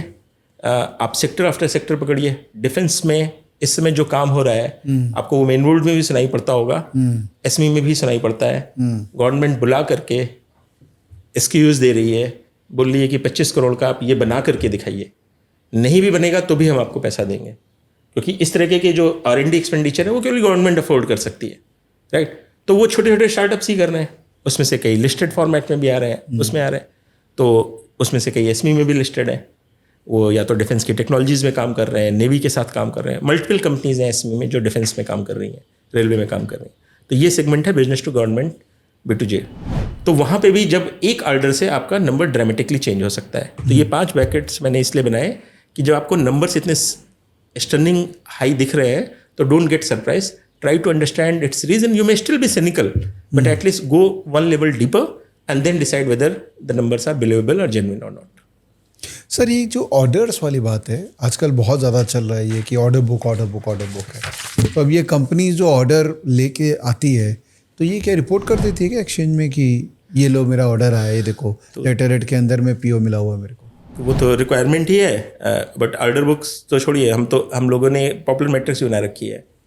Price to order book, price to MAU, price to number of exchange announcements. So these are obviously sarcasm. अच्छा कि जो not so good aspect of this segment ये हो गया है कि इसको, लेकिन आप पीपीटी इक्विवेलेंट समझिए. वीसीपी क्या करते हैं? हाँ 2030 की ही तो बातें करते हैं. हाँ स्टोरी टेलिंग स्टोरी टेलिंग. नहीं, बट उसके अंदर में एक्सेल में एक प्रोजेक्शंस है विच But इज वो हो prediction- जाएगा. बट ऑर्डर बुक तो आप बोल रहे हैं कि मेरे पास हाँ, तो ऑर्डर बुक तो जेन्युइन ही है ना. 95% of those are genuine only. अच्छा. प्रॉपर कंपनी का नाम है, डिस्क्लोज्ड है, उसमें पूरा फॉर्मेट है कि इतने साल में एग्जीक्यूट होगा, ये होगा. Only problem you may have it कि a lot of these order books are the reasons why a lot of these companies in past failed. अगर आपकी बैलेंस शीट की कैपेबिलिटी नहीं है, आपकी एग्जीक्यूशन कैपेबिलिटी नहीं है, a large order book will ensure you die. क्योंकि आप लिवरेज कर लोगे. आप बीजी लेके बैठे होगे, आप उसको अटेम्प्ट मारोगे. वो ऑर्डर बुक अगर 18 महीने में होगा तो उसकी नैब निकलेगी 18%. अगर वो 24 महीने में होगा तो 4% आ जाएगा, कॉस्ट ऑफ फंड से नीचे आ जाएगा. बट ये क्वेश्चन इन्वेस्टर्स तो पूछने का यूजुअली दम रखते ही नहीं है एसमी के, most of it. Again broad bucket बोल रहा हूँ, इवन कंपनीज नहीं है. आई एम सरप्राइज्ड कि एक बहुत पॉपुलर कंपनीज है और मैं उसमें इन्वेस्टेड हूँ. And I kept on asking promoter कि भाई आपने जब बिड किया होगा तो प्रोजेक्ट फाइनेंसिंग की होगी, what was your assessment of NPV and IRR? Promoter had no idea what I was even asking. तो मैंने तो सर पकड़ लिया, मैंने कहा कि सर ऐसे होता है क्या? Then I called a few of my friends who work with these companies. बोला यार तुम वो वेंडर का सब वेंडर उससे बात कर रहे हो, वो वैसे नहीं काम करते हैं. वो करते हैं यार ले आ लो, कुछ ना कुछ करके पैसा बना लूंगा मैं. So it is very unorganised. Luckily भी क्या है कि उस ऑर्डर बुक से उनको फंडिंग मिल जा रही है. तो problem with the good part of bad decisions is if your size grows a lot of it can get under corporate. जैसे एनबीएफसीज में होता है ना कि आपने बैड क्रेडिट क्वालिटी डाला, but by the time credit quality hit की, आपकी बुक 10 गुना हो गई है. वो उस समय प्रिस्टीन है, 5वें साल तक आपने सिस्टम बना लिए हैं. तो वो जो पहले साल के जो बैड एनपीएस भी हैं वो कंज्यूम हो गए, चल गए. तो कंपनीज कई बार उस तरीके से बच जाती हैं. सीख रहे हैं, सब लोग सीख रहे हैं, इन्वेस्टर सीख रहे हैं, कंपनीज सीख रही हैं, सीएस सीख रहे हैं, सीएफओ सीख रहे हैं. India is learning, India is growing within this segment. Things are slowly becoming better. It is very tough to quantify that, but we get a feeling that मैं इसको हमेशा बोलता हूँ कि नॉट ओनली जब हमने बोला ना कि 1000 कंपनी और लिस्ट होंगी या 2000 और लिस्ट होंगी, तो हमें 2000 सीएस भी तो चाहिए होंगे, 2000 सीएफओ भी तो चाहिए होंगे, 10,000 बोर्ड मेंबर्स भी तो चाहिए होंगे. हैं कहाँ इंडिया में जो ये डिस्टिंक्शन दे ले पाएँ कि स्टैच्यूटरी ऑडिटर और इंटरनल ऑडिटर के बीच का डिफरेंस क्या है? सही बात. जो ये बता पाएँ कि इंडिपेंडेंट डायरेक्टर और प्रमोटर डायरेक्टर के बीच का डिफरेंस क्या है? जो ये बता पाएँ कि अपना डीएससी नहीं देना है प्रमोटर को. राइट. तो ये सब भी सीख रहे हैं. हर इनएफिशिएंसी को या हर सब ऑप्टिमल वर्क को हमें बैड इंटेंट भी नहीं समझना है. हमें उसको ऐसे देखना है कि ये छोटा बच्चा है, अभी इसको धीरे धीरे सीख रहा है. सही बात तो है. हर जगह पे बैड इंटेंट नहीं है. Just because of lack of processes doesn't mean a bad intent. और business failure doesn't mean a fraud. Entrepreneurs have the right to go wrong and make mistakes and not meet their targets. तो अगर इसको एक systematic objectify करने की कोशिश, because you love to objectify things and convert into numbers, तो अगर out of 10 being the highest belief system में कि मैं मेन बोर्ड की कंपनीज में इतना रेटिंग देता हूँ बिलीव करने में, ऑर्डर बुक्स और व्हाटएवर सब्जेक्टिविटी वाली बातें जो है, और जो एसएमई वाली कंपनीज है उनको मैं इतना रेटिंग देता हूँ, तो दोनों बराबर है या थोड़ा सा? कहीं सवाल ही नहीं उठता बराबर होने का. मतलब I will be lying on camera if I से कि दोनों बराबर है. सी मेन बोर्ड क्या है कि एक पेडिग्री है, उनकी डाउन साइड्स बहुत ज़्यादा है. उनको पता है कि मिस रिप्रेजेंटेशन की कॉस्ट क्या है, not only regulatory cost, perception cost, reputational cost. So they will obviously not do it. SME में मैं इसको 2 तरीके से आंसर करूँगा. पहले आपको डायरेक्ट आंसर दे देता हूँ कि लेट से 10 में आपको वहाँ पे 7-8 मिलता है. ओकेजनल कुछ केसेस मिलेंगे कि बैड इंटेंट डिस्क्लोजर्स हैं, अदरवाइज डिस्क्लोजर्स आपको मिलेंगे. एसमी में वो नंबर शायद 5 होगा या 4 होगा. Okay. But any Sen mind can find out कि एसमी के अंदर 2 तरीके के कंपनीज हैं. कुछ हैं 1 पे और कुछ हैं जो 7-8 पे बैठी हैं. तो you don't need to invest in all SMEs. All you need to find out which are there at 7-8. So कुछ दिन पहले किसी ने फॉरवर्ड भेजा था या कहीं पे ट्विटर पे देखा या मैंने ही पोस्ट किया, मुझे नहीं याद आ रहा. Truth told with bad intent is much poorer than lies which is told with an bad intent. क्योंकि ट्रुथ बिलीवेबल है, उस पर ज़्यादा लोग मानेंगे। तो मिस रिप्रेजेंटेशन केवल इसका नहीं है कि आपने गलत डेटा दिया, आपकी टाइमिंग, प्रमोटर सेलिंग के पहले, एंकर सेलिंग के पहले, आप इसको हम लोग बहुत डिटेलिंग में हो जाएगी और फिर भी हो सकता है कुछ लोगों को आपको पसंद भी आए। प्राइस एक्शन से पता चल जाता है, good news followed by SR fall, clear cut sign है, इनसाइडर था, पहले पता था, राइट। इवेंट के पहले न्यूज़ लगाना, ये सब तो वो सबको पता है। बहुत टफ नहीं है, नए बच्चों के लिए टफ है, आई अंडरस्टैंड, बट अगर थोड़ा देर 6 महीने 12 महीने 18 महीने ओपन माइंड से जाएंगे, इन पॉसिबिलिटीज़ को समझेंगे और स्मिटन बाई सक्सेस नहीं रहेंगे कि यार मेरा तो इतना रिटर्न ऐसे ही चलता है, तो इतना टफ नहीं है स्पॉट करना। तो जो आपका बकेट लेवल पे जरूर एवरेज कम है, बट मैंने वही जो अभी आपसे मैं ऑफ रिकॉर्ड भी बात कर रहा था कि आप उसको बास्केट अप्रोच से जाएंगे तो आपको ऑब्वियसली डर दिखेगी, बट वो सेग्रीगेशन बहुत ईजी है। The type of investors, lack of information arbitrage, a lot of these SME companies, roughly 10% of these, 700 है ना, तो लगभग 40 या 50 वॉलंटरी क्वार्टरली डिस्क्लोजर्स कर रही है, कुछ इवन मंथली सेल्स रिपोर्ट कर रही है। Now frequent data means information arbitrage कम होगा। कॉन कॉल भी करते हैं लोग, कॉन कॉल कम से कम 40-50 कंपनीज कर रही होंगी, कम से कम 100 से 150 कंपनी ने IR एजेंसीज हायर कर रखी है, और कम से कम 250-300 कंपनीज ऐसी हैं कि आप 5 क्वेश्चन 7 क्वेश्चन डीप क्वेश्चन पूछिए, उनके बैलेंस शीट पे पूछिए, 2 दिन बाद ही से ही उनका बिल्कुल सॉलिड आंसर आएगा। क्यों? क्योंकि उनका जो CFO होगा वो एक्स मैकेंजी होगा, एक्स इन्फोसिस होगा, उसके अंदर भी डिज़ायर है कि मैं मेन बोर्ड की तरह काम करूँ। तो आपको बस वो कंपनीज आइडेंटिफाई करनी है, आपको कॉर्पोरेट गवर्नेंस में कोई नहीं मिलेगा। हाँ, बकेट लेवल पे तो ऑब्वियसली बहुत डिफरेंस होगा, वो कैपेबिलिटीज इश्यूज भी हैं sir, just not the intent.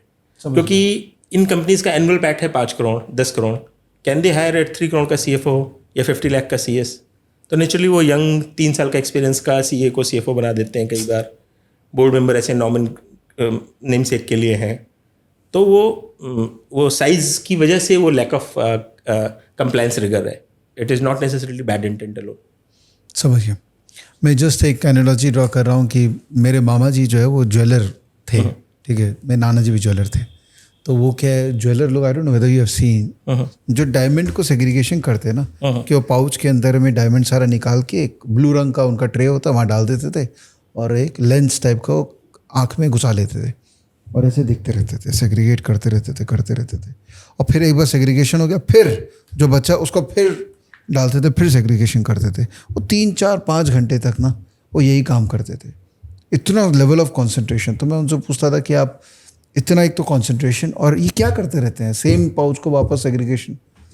बोले क्या होता है, डायमंड है ना, तो मैं जितना बार उसको देखूंगा उतना बार मेरे को उसका, क्योंकि पहले तो मशीन नहीं थी, उतना बार मैं उसके कट को और समझ पाता हूँ, और फिर सेग्रीगेशन करना ईजी होता है। वो 1 बार 2 बार करने से नहीं होता है। तो ये SME के अंदर में एक्चुअली में it's a very tough task, उसमें से नॉट एट ऑल, नहीं, नॉट एट ऑल। मतलब आपको एक रीड में नहीं दिखेगा, हार्डली 5 आवर्स में टाइप ऑफ इन्वेस्टर्स किस तरह का डिस्क्लोजर्स कर रहे हैं, आपको बहुत सबको पता है। एक्चुअली अनसेड ट्रुथ है, everyone knows which are the good companies, which are the bad ones. In fact people on purpose go for some of these bad companies, क्योंकि वहाँ पैसा बनता है। अच्छा, सिंपल से बोलते हैं ना सर, वो तो डब्बा कंपनी है, फ्रॉड है, तो रिजल्ट तो अच्छा ही आएगा ना। अच्छा वैसा। तो दे रहा है सेगमेंट कि जिसमें आप सोच रहे हो कि आपको इन्वेस्टर प्रोटेक्शन करने की कोशिश कर रहे हो, इन्वेस्टर कह रहा है मैं ढूंढ करके जा रहा हूँ वहाँ पे, क्योंकि मुझे क्विक बक्स चाहिए। This is the same segment which wants to go into crypto, which wants to buy options, which wants to buy lottery. आप उनको नहीं समझा सकते और समझाने की कोशिश भी नहीं करना चाहिए। आप अपना टाइम वेस्ट कर रहे हो और उनके जजमेंट्स झेल रहे हो। समझ गया, ठीक है, very good point. Now let's talk about since you were talking about red flags, right? तो potential red flag। अब आपने जो एग्जांपल दिया वो बहुत अच्छा था, बट लकली मेरे लिए वर्क नहीं करेगा, क्योंकि आपके मामा जी की जॉब बहुत टफ है। He can not afford to ignore a good हीरा थिंकिंग कि ये बैड है, लॉस हो जाएगा। I can afford, investor can do. Exclusion is not a problem. आपसे एक अच्छी कंपनी छूट गई, कुछ नहीं हुआ, नोशनल लॉस है, माइंडसेट का है। कैपिटल लिमिटेड है, आपको 20 अच्छी कंपनी ढूंढनी है, उस प्रोसेस में आपने 80 अच्छी कंपनियां छोड़ दी, कुछ फर्क नहीं पड़ता है। So you have problem of inclusion, not problem of exclusion. That's why you can afford to have very rigorous template where you are identifying red flag. It actually happens with most investors including me कि हमने किसी company को शुरू में CG issues या certain style की वजह से इग्नोर किया and only later we realise कि हमारी रीडिंग गलत थी. रिवर्स यूजली कम होता है कि हमने किसी को अच्छा समझा और बाद में वो बंदा बेईमान निकला. तो ये डिपेंड करता है कि आपने कितना रिग्रेस टेम्पलेट लगा रखा है. तो एक अच्छी कंपनी को बुरा समझना वाली गलती तो हम लोग कई बार कर रहे होते हैं. एक बेकार सेटअप को अच्छा समझने वाली मिस्टेक्स यूजली हमसे कम होती हैं, which is a function of the kind of template you use. तो आपका template, sorry before you go, आपका टेम्पलेट में एलिमिनेशन फर्स्ट थॉट प्रोसेस होता है या सिलेक्शन फर्स्ट थॉट प्रोसेस? सब इसको हम लोग रिजेक्शन रेशियो से भी कंपेयर करते हैं. अच्छा. If you are by definition rejecting let's say 95%, naturally आपके क्राइटेरियाज बेटर है, राइट. फिर दूसरा क्या है कि जो मैं एसएमई सेगमेंट को मैं पीपल इन्वेस्टिंग मानता हूँ, जिसको हम लोग लैंग्वेज में बोलते हैं you are not betting on horses, you are betting on jockey. On the jockey, okay.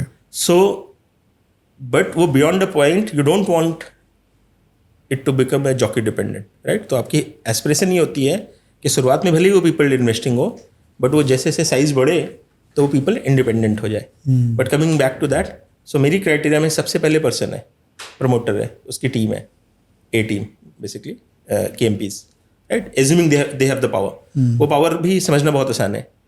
Maximum promoter single आएंगे कॉल पे, कई बार 3 आएंगे भी तो 2 को बोलने का मौका नहीं मिलेगा. तो आपको पता चल जाएगा डिसीजन मेकिंग कहाँ से चल रही है. कोई भी मेल करेंगे तो बोलेंगे कि मैं उनसे पूछ के बताऊंगा. तो देन यू नो कि यहाँ पे वन मैन शो है, विच इज़ एक्सपेक्टेड दो नॉट डिजायरेबल. अर्ली स्टेज में 300 एम्प्लॉइज या 300 500 करोड़, इस वक्त कोई थंब रूल नहीं है, बट जनरली ये कहा जाता है कि 1000 करोड़ तक प्रमोटर ड्रिवन होगी ही होगी. उसके बाद ही वो प्रोफेशनल मैनेजमेंट, और इसमें एक्सेप्शंस भी हैं. बहुत अर्ली स्टेज में प्रोफेशनल CEOs आ जाते हैं, सेग्रीगेशन है, but more as a broad bucket. तो don't get surprise if you are finding it as a one man driven. In fact key man unfortunate it can happen with any one of us, right. Mortality risk, one big risk in SMEs की this companies are so much promoter driven, इनमें से unfortunately किसी को भी कुछ हो जाता है, health issues etcetera, you are at completely at loss. I mean, you have evaluated every possible thing. A lot of these companies don't even have the processes or control system to survive without that key man. So that's a challenge, but that's a known construct also, right? So some of the potential red flag I have highlighted here. First of all, unscalable businesses. So I always talk about see main board के जब investors आते हैं SME में, so they come with certain jargons. They want to ask what is moat, क्योंकि वो सब लोग Buffett पढ़े रहते हैं, मंगर पढ़े रहते हैं, तो बोलते हैं व्हाट इज़ द मोट. मैं बोलता हूँ भाई SME में तो कोई मोट हो नहीं सकता है. और फिर बोलेंगे कि what is the IP, why this IT company exist, why can't same work be done by Mindtree, right. कि भाई इतनी छोटी कंपनी एग्जिस्ट ही क्यों कर रही है. तो सबसे पहले आपको ये समझना है कि राइट टू एग्जिस्ट क्यों है. आप हर सेगमेंट में देखिएगा तो जो लो प्राइसिंग काम होता है वो बड़ी कंपनियां नहीं करती हैं, क्योंकि उनकी ओवरहेड्स इतने ज़्यादा होते हैं. तो एक बार के लिए IT का ही एग्जांपल लेते हैं. US के ऐसे बहुत सारे छोटे बिजनेसेस हैं जो कि BRD नहीं बनवाना चाहते हैं, बिजनेस रिक्वायरमेंट डॉक्यूमेंट नहीं बनवाना चाहते हैं, वो साइबर सिक्योरिटी के पैकेजेस नहीं लेना चाहते हैं, वो लीगल कॉस्ट नहीं देना चाहते हैं. I am talking about the clients. वो नेचुरली Mindtree से काम नहीं कराएंगे. वो ऑनलाइन के थ्रू वियतनाम में, पाकिस्तान में, इंडिया में फ्रीलांसर्स ढूंढेंगे. उसी में अगर उनको कोई IT कंपनी मिल जाएगी जो कि एक थोड़ा सा कंफर्ट दे रही है कि मेरा डेटा सिक्योर रहेगा क्योंकि वो लिस्टेड है, बट वो ओवरहेड्स नहीं है, तो उनका काम चल जाएगा. तो इस तरह से हर इंडस्ट्री में छोटी कंपनियों का राइट टू एग्जिस्ट बस इतना रहता है कि वो काम कर रहे होते हैं जो बड़े प्लेयर्स छोड़ देते हैं. बराबर है, राइट. ये आप किसी भी छोटे सिटी में चले जाइए, वो छोटा स्टील डिस्ट्रीब्यूटर होगा, अरे ऑब्वियसली वो कामादानी जिस दिन चाहे वो कर सकते हैं, बट उनको नहीं करना है. पूरा इंडिया का हर काम नहीं कर सकते. तो ये कंपनियों का राइट टू एग्जिस्ट तो है, बट आप पूछिए कि इनका मोड क्या है, ऐसा क्या स्पेशल है, ऐसा क्या इनके प्रोडक्ट, आंसर कुछ नहीं है. बट आपको बिजनेस स्ट्रक्चर समझना पड़ेगा कि एग्जिस्ट करेंगे. अगर 40% ऑफ इंडिया MSME से है, अगर हर काम टाटा, बिरला और अदानी और रिलायंस को ही करना है, तो इन कंपनियों का तो एग्जिस्टेंस ही नहीं होना चाहिए. तो उस फ्रेमवर्क से आप जाएंगे तो कभी भी इन कंपनियों को इवैल्यूएट नहीं कर पाएंगे, क्योंकि people love those fancy explanation about their investment. Correct. यार ये यूनिक IP है, ये कॉम्प्लेक्सिटी है. तो मैं कई बार स्पेसेस में लड़ जाता हूँ कि फिर इंडिया में क्या कॉम्प्लेक्सिटी जाना है, तो आर्क में चले जाओ कैथी वुड्स के पास. उनके सारे इन्वेस्टमेंट ही हैं, on record maximum outflow, maximum losses, AUM basis, adjusted basis. वैसे आप परसेंटेज वाइज देखेंगे she has a decent record, but the because she has got the peak AUM at the worst possible time, she actually lost more money than made, and fees are very high. And you hear her, you'll get smitten because she always talks sense, some amazing ideas, amazing research, right? So complexity is not same as business success. In fact, more complex, more the mortality, right? तो जो मैं template, अभी मैं अपने template में नहीं जा रहा था अभी तक, जितनी देर तक भी मैंने बात की वो एसमी की जेनरिक बातें की, उसके अंदर एक मेरा मिनी टेम्पलेट है. I specifically look for boring businesses, anything which even you can do, I can do, and that's why you and I are not doing it, because we always want to do what we can do. So that's why those promoters are doing, because ये IIT IIM के बंदे एक pipe की company नहीं बनाना चाहेंगे. वो आएंगे भी तो बोलेंगे कि मैंने कॉम्प्लेक्स एल्गो ट्रेडिंग की शॉप खोली है, क्योंकि उसका पीयर सेट का कंपैरिजन क्लास ऑफ वर्क से भी इवैल्यूएट करना चाहेगा. तो इन कंपनीज के लिए वो एग्जिस्टेंस का एक परमानेंट वेंचर बन जाता है. लैक ऑफ कॉम्पिटिशन, वो एक Tier 3 सिटी में एक छोटा डिस्ट्रीब्यूटर कोई नहीं बनना चाहेगा. तो ये एसएमई सेगमेंट वहाँ पे बैठा हुआ है. तो आप इसको बग मत समझिए, इसको फीचर समझिए. वैल्यूएशन क्या लगाना है वो आपकी एज ए इन्वेस्टर जॉब है, बट उनके बिजनेस एग्जिस्टेंस पे इस वजह से डिस्करेज मत होइए. अरे यार ये कौन सा काम है, ऐसे तो मेरे मोहल्ले में मेरे मामा भी यही काम करते हैं, मिश्रा जी भी यही काम करते हैं. That's not the way to look about these companies, right? You are getting a right. अब चलिए मैं थोड़ा सा अपने होम टाउन के एग्जांपल्स लेता हूँ. वी ऑल गेट स्मिटन भाई, अरे यार ये मिठाई वाला कितना पैसे बनाता है यार, ये साड़ी की दुकान वाला कितने पैसे बनाता होगा, बहुत अमीर लोग हैं ये लोग. इमेजिन वो साड़ी वाला लिस्ट हो जाए. ओनली प्रॉब्लम इज कि हमें वो कॉन्फिडेंस नहीं है कि वो 50 साल तक चलाएगा, सही तरीके से दिखाएगा. थोड़ी देर के लिए हमें उस बंदे से बात हो जाए और हमें ये कॉन्फिडेंस आ जाए कि यार ये जनरली काम करेगा, और उस दुकान में आपको ओनरशिप दे दे. हम सब के होम टाउन में ऐसी बहुत सारी कंपनीज हैं जो अंधाधुंध पैसा कमाती हैं, और आपको उसमें से 0.1%, 0.05, 1% ओनरशिप मिल जाए, आप लेना चाहोगे? Of course. So that is my template. Doesn't mean all my, कुछ प्रमोटर सुन रहे होंगे संदीप बेइज्जती करके आ गए. तो I mean I am industry agnostic. I am first people, then balance it, and then industry. So I have invested in IT companies doing some very complex job, in VFX companies literally working with the Hollywood studios directly, right? Working with the top ad agencies in India. I'm invested into one railway stock which I was talking about, literally going up the value chain right up there, and EPCs companies, piping companies, everything, a dal mill in fact. So I'm industry agnostic. क्यों? क्योंकि इस segment में आपको value उठानी है तो आपको cash flow देखना है, आपको कन्वर्जन रेशियो देखना है, आपको प्रमोटर की ड्राइव देखना है, और आपको एक रनवे देखना है कि 3 साल 5 साल तक ये कंपनी ड्रिवन मोड में काम कर सकती है कि नहीं. तो मेरे लिए ये सारे इन्वेस्टमेंट क्वाजी एंटरप्रेन्योरशिप है. हम सब मिड लाइफ क्राइसिस में जाते हैं और हमको लगता है कि हम जॉब छोड़ के यार कुछ अपना धंधा करना है. बरोबर है. अपना धंधा करने के लिए आपको आइडिया चाहिए, कैपिटल चाहिए. वो पॉसिबल नहीं होता है मैक्सिमम टाइम, आपकी हिम्मत नहीं पड़ती है करने की. तो this is a proxy way to do that. Lovely. Okay, interesting time में थोड़ी स्लाइड्स को रन थ्रू कर देते हैं, and then if time permits we can have some ad hoc discussions also. So some of the potential red flags which we can see in this segment. एक तो unscalable business. Small business का right to exist है, obviously आप invest कर रहे हो, but आप growth के लिए कर रहे हो. तो कई बिजनेस ऐसे होते हैं कि वो एक सिंगल सिटी से मल्टी सिटी नहीं जा सकते हैं, और जैसे वो साइज में बड़े होंगे तो उनसे बड़े प्लेयर ऊपर बैठे हैं. तो आपको बहुत ही केयरफुली ऑब्जर्व करना पड़ेगा और विजुलाइज करना पड़ेगा कि क्या ये कंपनी अगर लेट से अभी 100 करोड़ की सेल्स कर रही है तो 1000 करोड़ की सेल्स करेगी, तो कहाँ से कंपटीशन आएगा, क्या ऑलरेडी वहाँ पे लोग बैठे हुए हैं. तो उस तरीके से थोड़ा सा आपको इवैल्यूएट करना पड़ेगा कि बिजनेस स्केलेबल है कि नहीं है. क्योंकि आप फंडिंग आएगी तो ग्रोथ तो आएगी, ग्रोथ आएगी, टीम आएगी, कैपेबिलिटीज आएंगी, बट क्या ऊपर ज़्यादा कंपटीशन है. कई बार जहाँ पे वो बैठे हैं वहाँ पे कंपटीशन कम है और कई बार ज़्यादा है. तो आपको थोड़ा सा केयरफुली उसकी सप्लाई चेन समझनी या उसकी जो स्केल है वो समझनी पड़ेगी और उसको इवैल्यूएट करना पड़ेगा. अनस्केलेबल बिजनेसेस. रिवर्स ये है कि economies of scope obviously kick in होता है, मार्जिन्स इंप्रूव होते हैं जैसे साइज बढ़ता है. क्लासिक इकोनॉमिक्स 101 है. एक और इंटरेस्टिंग बात इसमें यह है कि इस सेगमेंट में इकोनॉमीज ऑफ स्कोप ज़्यादा प्ले करता है, economies of scale come work करता है.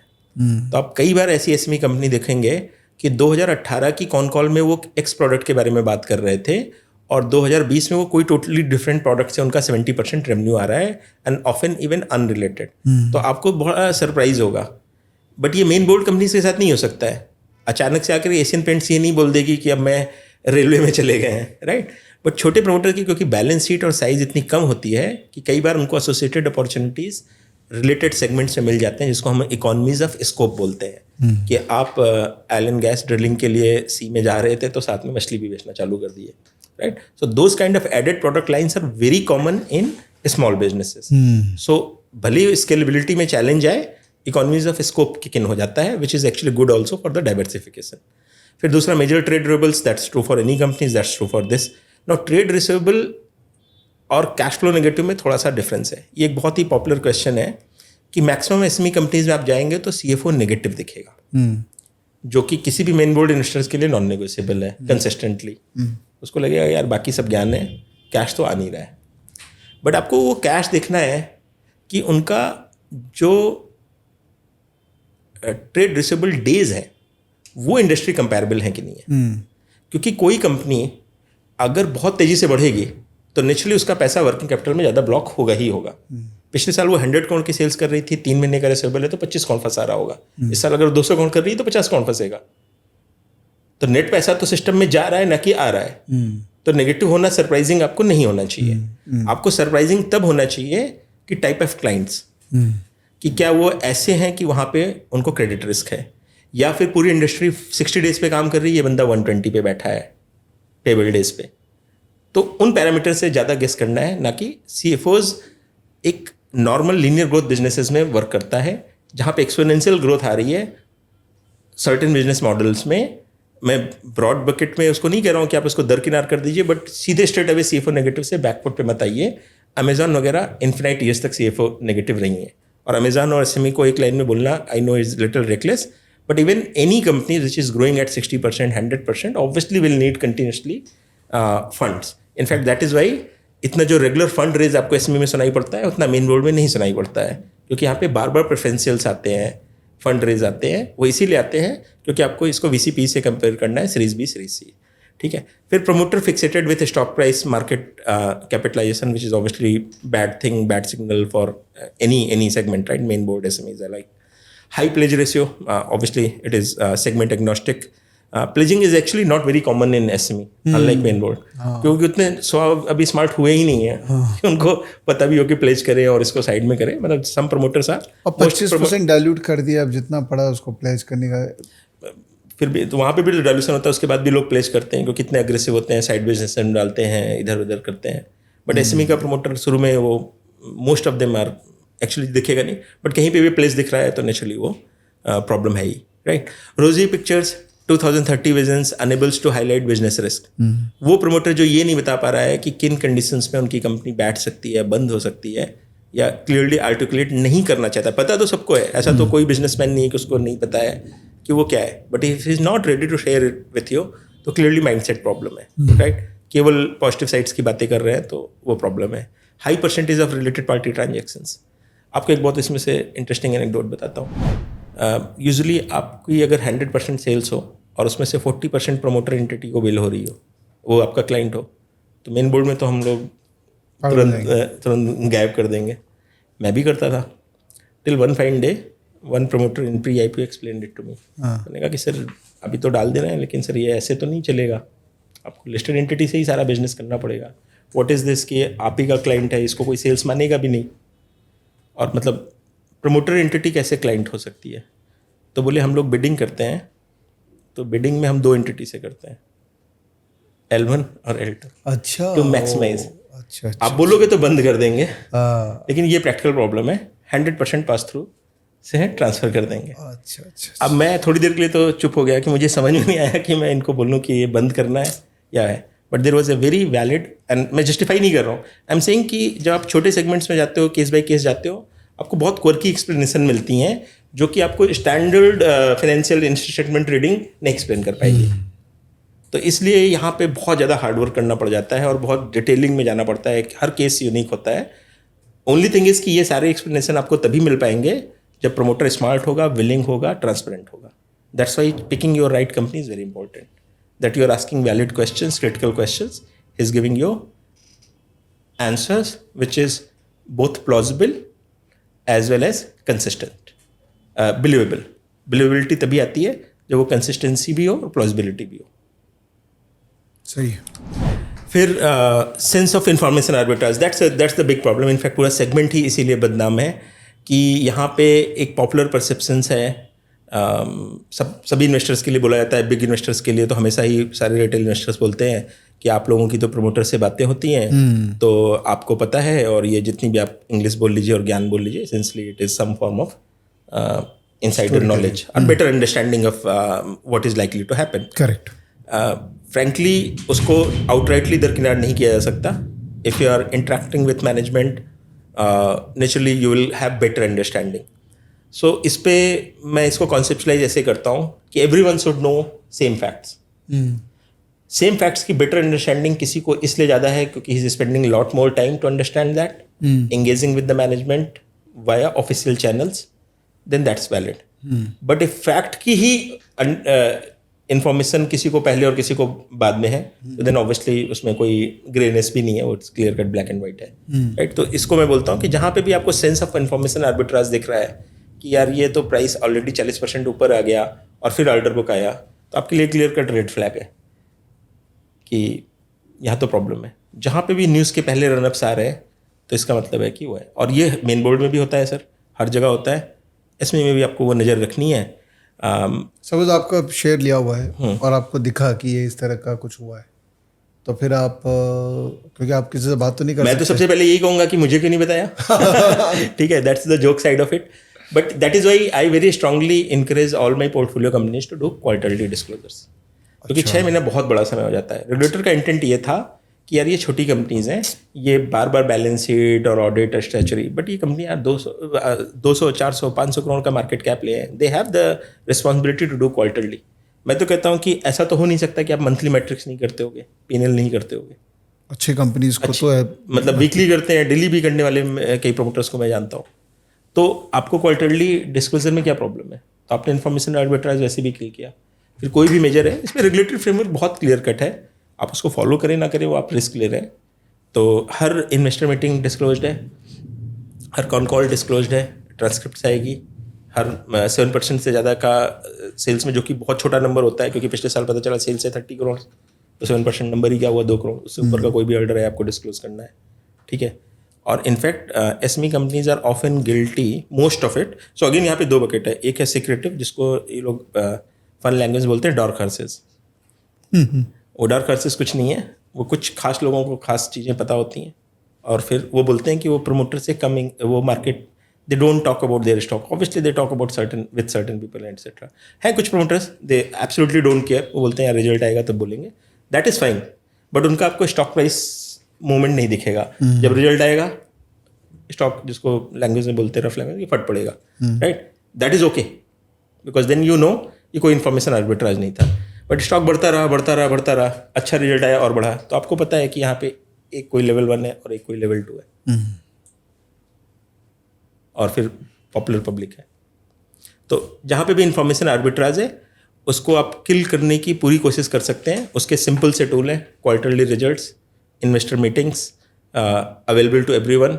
क्वार्टर में 1 या 2, ठीक है, कॉन कॉल किया या इन्वेस्टर मीटिंग्स किया, और किस तरीके के डिस्क्लोजर्स आ रहे हैं वो आपको दिखा देंगे. Even 1 pager 2 pager management commentaries after the results, which is very common. TCS में आता है तो पूरा मैनेजमेंट आके बैठता है, एक अपना 2 पेजर अपने स्टैट्स डालता है, इन्फ्रेंसेस डालता है, जिसको मैनेजमेंट कमेंट्री कहते हैं, और आके एक्सप्लेन करते हैं. करेक्ट. तो इनको भी करना चाहिए. आप ऑल सडन एंड आप छोटी कंपनी बोले चाहे जो, लेकिन 100 करोड़ 1000 करोड़ एक नंबर है इंडिया में आज भी, तो आपकी वो ड्यूटी है.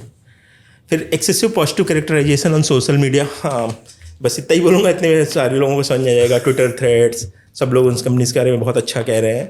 तो नेसेसरली ज़रूरी नहीं है कि उससे कंपनी बेकार हो गई, but it surely is a potential red flag and we should be no trying to ask the same set of people कि अच्छा आप जो बात कह रहे हैं ये तो सही है, बट किन कंडीशन में ये ख़राब हो सकता है. और अगर वो बंदा आपको ब्लॉक कर रहा है और एक्सप्लेन नहीं कर पा रहा है, तो then you know it is marketing, nothing else. It is not a investor communication. Correct. फिर unexplained market moves which we were talking about, and major gap between walk and talk, which is obviously true for main board also. ठीक है. अब ये data आपके investors को देख करके जो लोग एसमी में नहीं होंगे और मेन बोर्ड के होंगे तो थोड़ा सरप्राइज होंगे। इनफैक्ट कुछ दिन पहले जब मैं ये स्लाइड बना रहा था, इसमें से कुछ मैंने स्लाइड्स ऐसे उठा के ट्वीट डाल दी थी। तो कुछ लोगों ने मोतीलाल ओसवाल वालों को टैग करके कंप्लेन टोन में भी लिखा कि आप इस पे क्यों नहीं इंडेक्स फंड लॉन्च करते, जबरदस्ती हमको निफ्टी में फंसा रखा है। तो ये स्टर्निंग नंबर है, 1000 बैगर्स जिसको बोलते हैं, 700 टाइम्स इंडेक्स हुए होंगे दोनों 7 साल 8 साल में। That's the reality. इसके प्रोज एंड कॉन्स पे पूरा फिर से 5 घंटे बात कर सकते हैं, बट अभी इसको डेटा लेकर के यहीं पे छोड़ देते हैं कि लॉन्च्ड ऑन 14 दिसंबर 2012, ठीक है। ये बीएसई का एसमी आईपीओ इंडेक्स है। इनफैक्ट इसको मैं बहुत फेयर रिप्रेजेंटेशन नहीं मानता हूँ, क्योंकि हमने शुरू में देखा था कि 300 कंपनियां थी, उसमें से केवल 68 ले रखी हैं। तो चेरी पिक कर रहे हैं, और ये कई बार ये अपर सर्किट में चलती हैं, तो इन्वेस्टेबल भी नहीं है, एंट्री एग्जिट आसान नहीं है। बट नेचुरली अगर कोई चीज़ 700 टाइम्स हुई है तो जो स्मार्ट इन्वेस्टर हैं वो 200-300 टाइम्स आराम से कैप्चर किए हैं, लाइफ डिफाइनिंग वेल्थ बनाई है लोगों ने इस सेगमेंट में। अगेन हमने ऑलरेडी इतना ओवर टाइम इन्वेस्ट किया है कि राइट और रॉन्ग पे अभी के लिए इसको हम एज ए डेटा ले लेते हैं, ठीक है। पिछले 1 साल का एनुअल रिटर्न है इस इंडेक्स का 230%, 5 साल का एनुअल कैगर है 128%। और with full sincerity I am saying I know hundreds of people who have beaten this. मेरे को डिप्रेशन हो जाएगा, आगे बढ़ रहा हूँ मैं बहुत ज़्यादा मतलब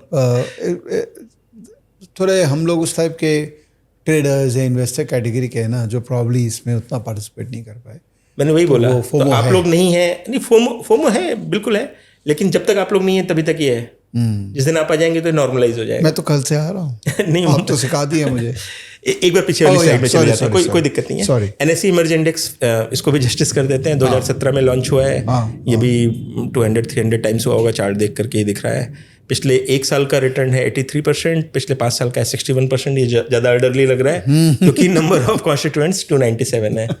तो इन्होंने अपना पूरा यूनिवर्स ले लिया है ऑलमोस्ट, बीएसई वालों ने, और भी फोमो क्रिएट करने के लिए खास टॉप स्टॉक्स ले लिए हैं, ठीक है। फिर अगली स्लाइड में सर, यही तो बात है, सब फोमो क्रिएट कर रहा है, ठीक है।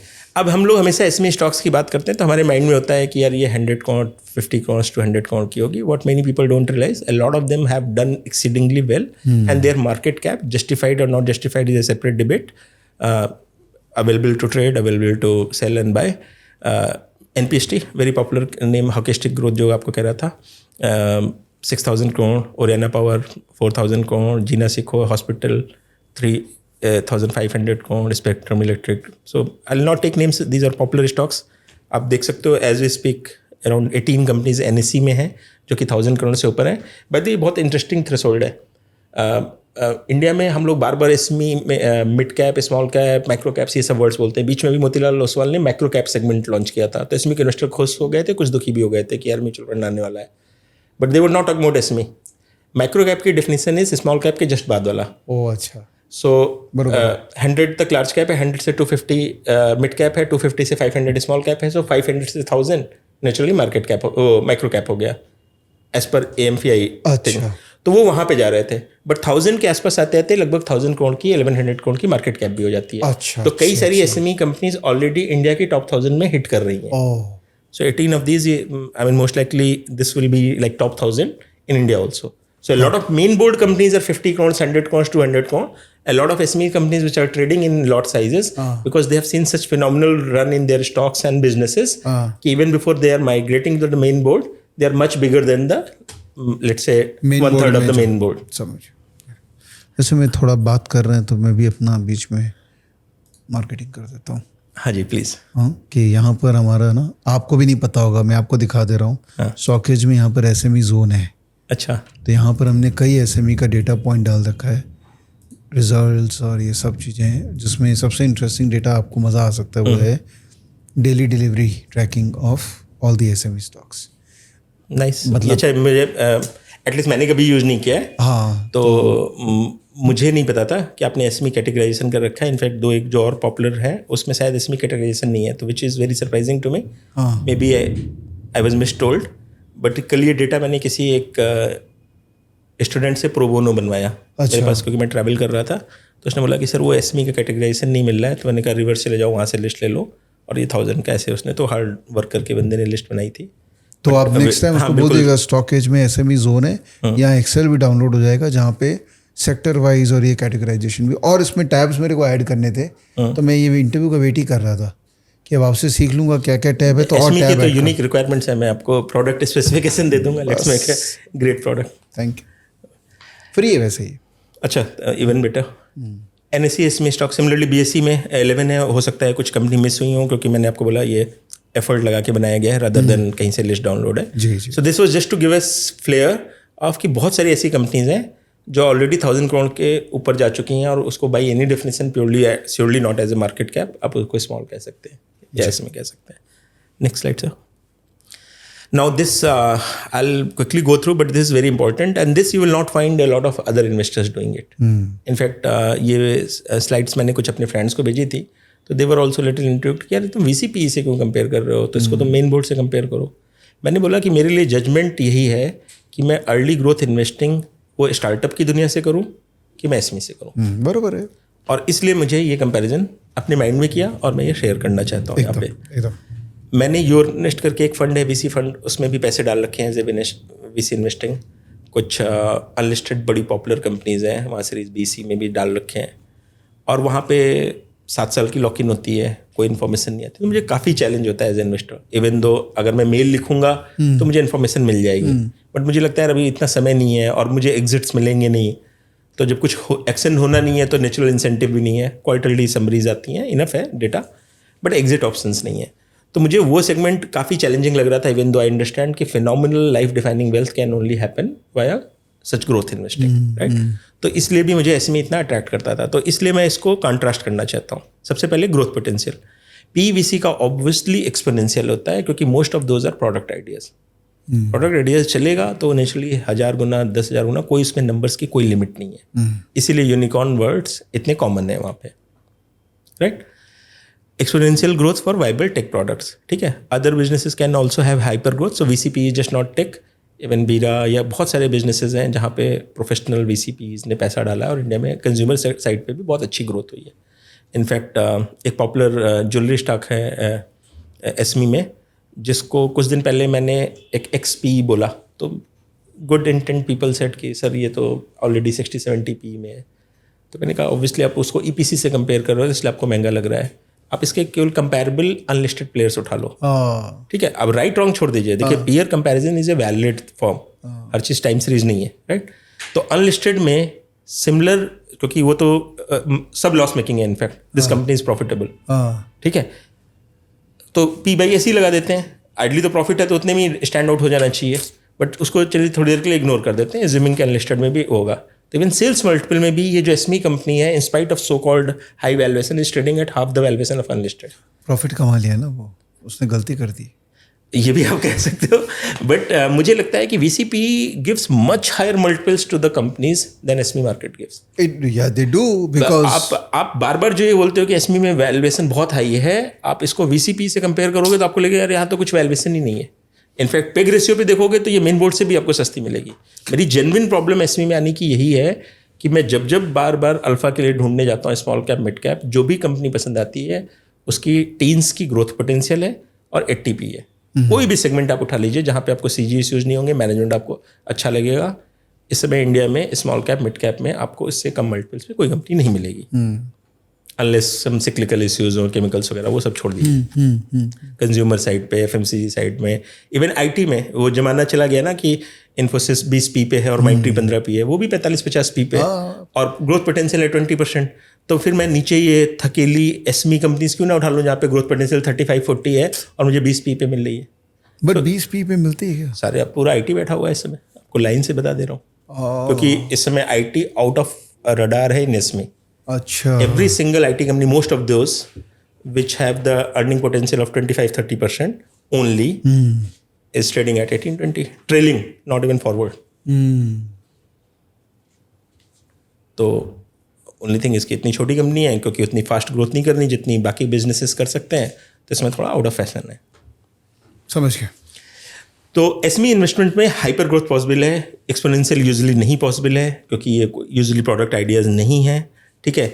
मोस्टली लीनियर बिजनेस प्रोफाइल्स हैं, तो इसलिए बार बार पैसा लगेगा, फंडिंग लगेगा और लीनियर स्टाइल से बढ़ सकते हैं, तो product style exponential growth possible नहीं है। Market segment, PVC obviously developing market segment, they can only develop a market segment via innovation and listing product. So most of the high flyer VCP are basically creating a new market, new product. पूरा segment बना रहे हैं. They are not trying to capture also ran in a vast majority. कि ये नहीं बोल रहे हैं कि सोप मार्केट ऑलरेडी इवॉल्व है, मैं 101 स्पेशल टाइप की सोप लाऊंगा. तो कंज्यूमर के आइडियाज होते हैं, बीरा did and lot of, but most of the VCP focus is on trying to create a market in itself, right? On the contrary, SME is existing market. It is basically untapped geographies and spaces, जो कि बड़े player उसको unviable पाते हैं. Correct. Entry ticket size PVC में 10 lakhs अभी थोड़ा नीचे स्टार्ट कर दिया है पुलिंग वगैरह, बट मोस्टली 1 CR है अगर आप AIF वगैरह के थ्रू कर रहे हो. ठीक है. SME में 1-2 lakhs स्टार्टिंग हो सकता है बिल्कुल आराम से. सही है, ये शीट बहुत अच्छा है. फिर लिक्विडिटी PVC में नेक्स्ट फंडिंग एक्विजिशन, अदरवाइज आप बैठे रहिए. ठीक है. SME में इलिक्विड है. आप मेन बोर्ड से कंपेयर करोगे, यूजुअल रेफरेंस क्या रहता है, अरे ये जो छोटे स्टॉक हैं बियर मार्केट आएगा बिकेगा नहीं. True. That's why I said कि SME में 30% तो आप वैसे ही डिस्काउंट करके चलिए CMP पे, अपने माइंड में अपनी net worth. In spite of that when you compare to PVC and given you are doing the growth, मुझे सुबह किसी से पूछना नहीं है, मेरा मन मैंने स्क्रीन पे जाके भेज दिया.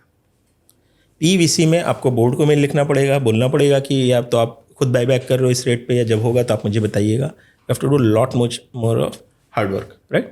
यहाँ पे एग्जिट्स बिल्कुल आर्डरली पॉसिबल है, specially for normal size positions. आपने बहुत बड़ी आउटसाइज पोजीशन में रखी है 2%, 3%, then obviously you have to do it over 50-60 days. वो भी हो जाएगा, क्योंकि डेली अगर इसमें एक और है, बार बार जब लिक्विडिटी बोलते हैं ना, यू विल बी सरप्राइज्ड. मैं जनरली मानता हूँ कि 0.5% ऑफ मार्केट कैप जो कंपनी ट्रेड कर रही है वो बहुत ज़्यादा लिक्विड है. 0.3 to 0.5% okay of total market cap. On certain days, big results, big announcement, that number can be 1%. SME में मैक्सिमम कंपनीज 0.5% काफ़ी ट्रेड होता है. तो लिक्विड उनको साइज की वजह से दिखता है, क्योंकि वो लॉट साइज 2 लाख, 3 लाख, 5 लाख का है. तो हर मूव वो आप सुबह क्लिक करते हो 2% ऊपर, वापस चाय पी के आए तो -2%, तो उनको वो फ्लक्चुएशंस बहुत ज़्यादा दिखता है. बट अगर आप लिक्विड साइज वाइज देखोगे तो as a percentage of market cap it is very easy. तो लॉट्स हटाते तो वो लिक्विडिटी बिड ऑफर की प्रॉब्लम है, ना कि डेप्थ ऑफ साइज की प्रॉब्लम है. हाई टाइम ये लॉट साइज हटा दीजिए. तो वो बिड ऑफर अगर रिड्यूस हो जाए किसी तरीके से, तो ये उतना ही लिक्विड है जितना मेन बोर्ड है. मोस्ट ऑफ इट ऑब्वियसली कुछ ऐसे हैं वो दिन की एक लॉट ट्रेड हो रहे हैं, कई बार 3 दिन भी नहीं ट्रेड हो रहे हैं. तो मेन बोर्ड में भी है बहुत. हाँ, तो उस तरह के स्टॉक्स की जैसे ट्रेड टू ट्रेड कैटेगरी के मेन बोर्ड है, वहाँ पर है लिक्विडिटी का प्रॉब्लम. अब से ये तो ट्रेड टू ट्रेड ही होता है ना. क्या ट्रेड टू ट्रेड मतलब ये लिया तो डिलीवरी लेना ही होगा. इसमें 10 days, फर्स्ट 10 days में नहीं हो सकता है, वो T2T होगा. और उसके बाद जब भी वो कुछ कंप्लायंस फ्रेमवर्क्स में आता है तब T2T, वरना लोग इंटरडे भी बेच सकते हैं. इंटरडे बेच सकते हैं. ओके. इनफैक्ट मेरी रिकमेंडेशन ये थी, मैं कई हम लोग की investor call, not investor calls with the management but investor community calls होती है, उसमें मैं हमेशा बोलता हूँ कि मेरी बहुत ही अनपॉपुलर ओपिनियन है कि हफ्ते में 1 दिन ट्रेड कराइए. जरूरी थोड़ी ना है. आप एक इंडिया के एक यूनिक SME सेगमेंट को लिस्टिंग प्लेटफॉर्म दे रहे हो, बट आपको ये भी पता है कि it is prone to manipulation etcetera. जरूरी नहीं है ना कि आप रियल एस्टेट में तो नहीं कहते ना कि हर दिन मैं सुबह शाम बेच सकता हूँ अपना. आप बोलते हो कि जब आऊँगा तो मेरा बिक जाए 4 साल बाद. 7 दिन में क्या प्रॉब्लम है? 7 दिन में क्या हो गया अगर बिजनेस में चेंज हुए? लेकिन that goes against the idea of an efficient market, तो no one will like it. But the reality is आप लिस्ट ट्रेड कराइए. ट्रेड ही क्यों कराना है? आप T2T बना दीजिए, कंपल्सरी डिलीवरी कर दीजिए. और इनफैक्ट मेरी रोलिंग डिलीवरी का भी मैंने एक आइडिया दिया, तो बोले ये कैसे होगा प्रैक्टिकली कि आप जब भी लो तो 10 days तक बेच ही नहीं सकते. जिससे आपके माइंड में ठीक 11 दिन के बाद बेचना भी एक बहुत बड़ी लिक्विडिटी है. When you compare with the PVC, if you compare with the main board, आपको उलझन होगी, कह रहे यार मैं 11 दिन बेच नहीं सकता. नहीं, बात सही है, आपने बहुत अच्छा फ्रेमवर्क दिया है. और ये जाएगा वीडियो, नहीं जाएगा अगर तो आप मैं इसको मेन बोर्ड से कंपेयर करेंगे तो आपको हर बार इसको गलत रीड करेंगे. आपको इसको PVC से करेंगे और फिर सिस्टम सपोर्ट की तरफ से सोल्यूशंस सोचेंगे, तो आपके सोल्यूशंस ज़्यादा अच्छे लैंड करेंगे. एक्चुअली हमारे रेगुलेटर PVC सेगमेंट को नहीं समझते हैं ना, आई एम प्रिज्यूमिंग. क्योंकि वहाँ पे प्रोटेक्शन की जरूरत नहीं है. As long as you are not doing any securities fraud और एनी इंडस्ट्रियल फ्रॉड. यहाँ पे क्या है, इन्वेस्टर प्रोटेक्शन के नाम पे इंटेंट सही है, बट उतने डीप थॉट सोल्यूशंस नहीं है. करेक्ट है. तो आप बोलोगे कि एक ही स्पेस में अपने रेगुलेटर की भी प्रॉब्लम बता रहे हो, कंपनी की बता रहे हो, तो ये काफ़ी कंट्रोवर्शियल टेक ना हो जाए। नहीं नहीं, कुछ we love our regulators at least. मैं तो हमेशा उनके फेवर का ही बात करता हूँ ठीक है, एक्सप्लिसिटली। नहीं नहीं, I mean they are well meaning and they are constantly changing and I am very sure this is a matter of time, specially जो 26% वाला है और इवन लॉट साइज है। इनफैक्ट अभी ऐसा डिस्कशन आया था, न्यूज़ आया था कि 5 lakhs बनाना चाहते हैं। That will be even more subject to manipulation, but yeah, let's leave it. So in terms of suggested allocation, PE investment usually किसी भी institutional portfolio या family office portfolio का 5 to 10% होता है। मुझे ये suggestion है रिवर्स, मतलब बहुत सारे इसमें इन्वेस्टर्स 100 पे बैठे हैं, बहुत सारे 50-70 पे भी बैठे हैं, मैं खुद 40-50% तक जा चुका हूँ, but that's very risky portfolio. Bare minimum for any professional investor who understands asset allocation, who is a seasoned investor. I mean, I obviously can't request or suggest them, but I think anything less than 10%, 15% in this segment, they are missing a huge wealth generation opportunity. Okay. So that's what I think is a thing. Valuation, risk reward obviously works only with a basket approach PEVC में. आप ये नहीं कर सकते हैं कि एक single company लिया तो भले ही आपके रिवार्ड आ जाएंगे, बट रिस्क एडजस्टेड वो बहुत ही बेकार होंगे। Price to perfection at each stage, क्यों? क्योंकि सारे मार्क्यू क्लाइंट वो प्रमोटर्स होते हैं, ex McKinsey, ex this and that, IIT-IIM dual degrees, Harvard return and everything, उनको वैल्यूएशन चमकता है। और उनके इन्वेस्टर्स भी अगर एक बार एंजल राउंड तक तो भले ही है, उसके बाद वो प्रोफेशनल आ गए तो वो C सीरीज में B वाला ही उनको अंडर वैल्यू पे नहीं जाने देगा। Most of the stories are price to perfection. SME में unfortunate for promoters, in a wicked way obviously fortunate for investors, is that a lot of these promoters don't understand equity valuation, so they get squeezed by LMs and markets and investors. So undervaluation is very common, especially for non-fancy sectors, क्योंकि कोई भी आदमी इस तरीके के routine sectors में पैसा नहीं लगाना चाहता है, भले वो साल का 5 crore का कैश जनरेट कर रहा हो। वो एक राइड हेलिंग सॉफ्टवेयर पे, जो कि इंडिया का 105th सॉफ्टवेयर है और अगले 10 साल तक पक्का लॉस मेकिंग होगा, क्योंकि वो 3 IIT के लड़के हैं, IIT pass out 2027। I am being critical even though I am not an IIT as an graduate, I am did my masters from there.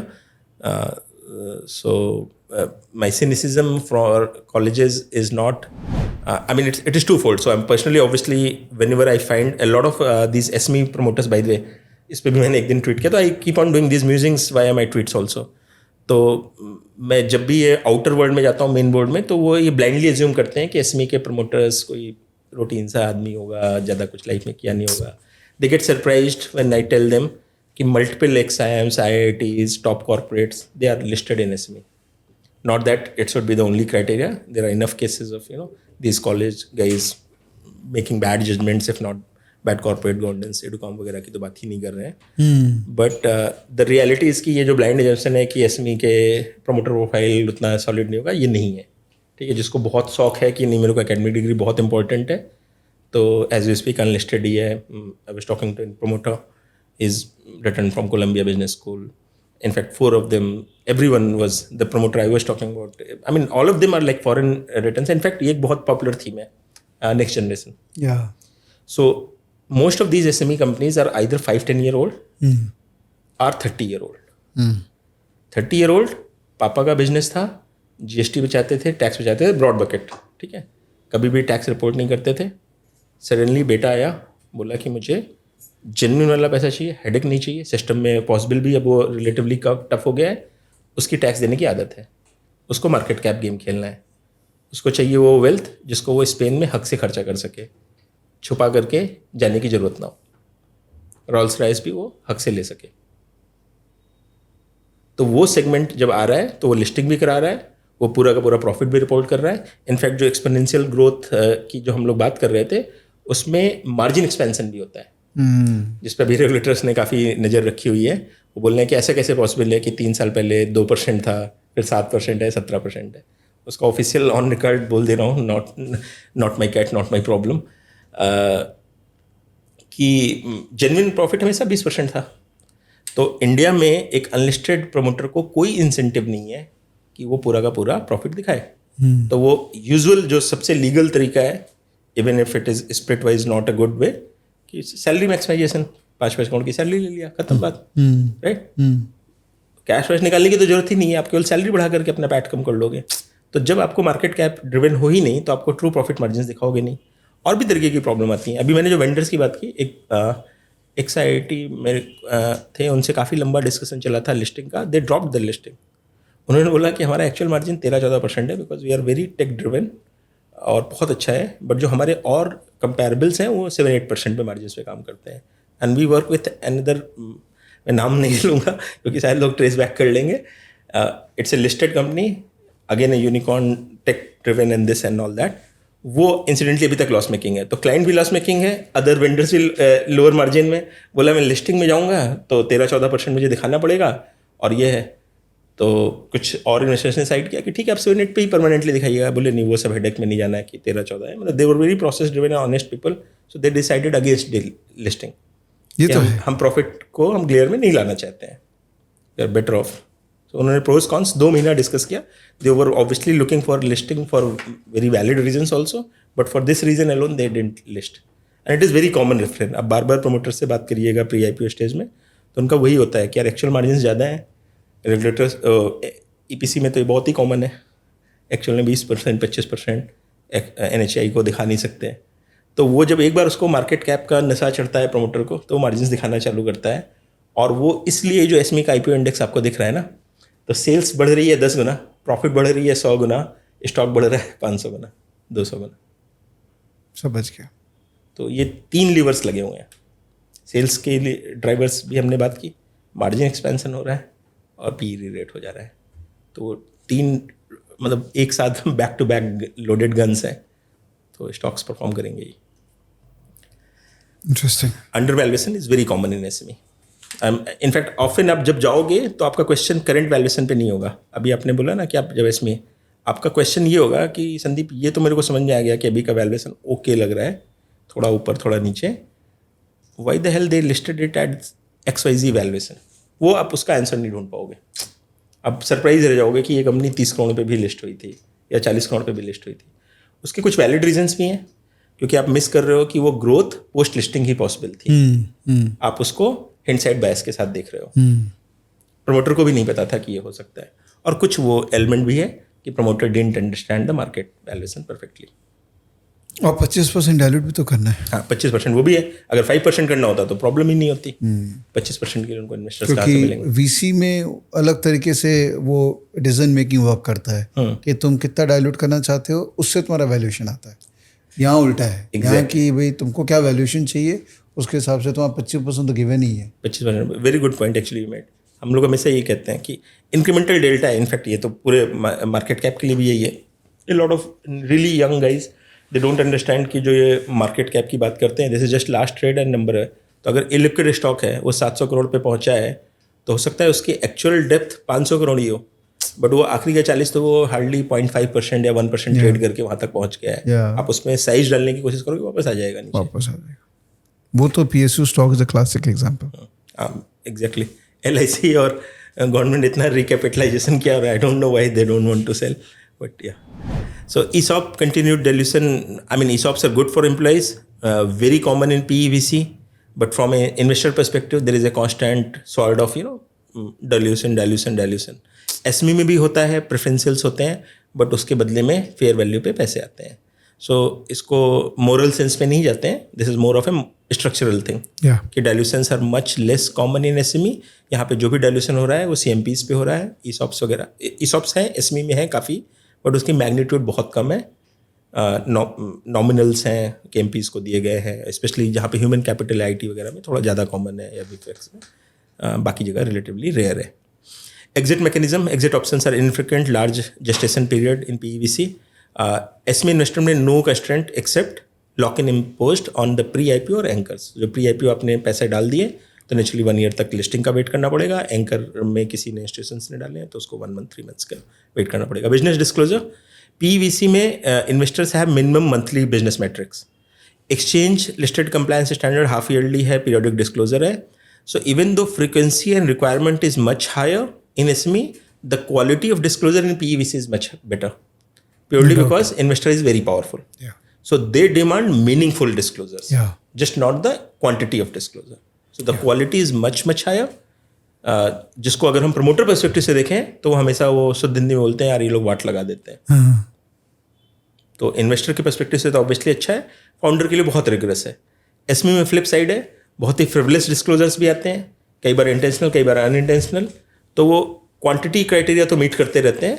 Quality में कई बार आपको ये लगता है कि यार ये तो ऑब्वियस सी बात है, कंपनी को खुद ही बतानी चाहिए, बट आपको पूछोगे तब उनके दिमाग में आएगा तो तब वो अपने डिस्क्लोजर मैकेनिज्म में डालेंगे, एज्यूमिंग वो प्रोग्रेसिव कंपनी है. प्रोग्रेसिव नहीं होगी तो आपके आइडिया को ब्लॉक कर देगी कि यार बहुत सवाल पूछता है, छोड़ो हटाओ, हमारी इतनी रिक्वायरमेंट है, इतना ही बताएंगे.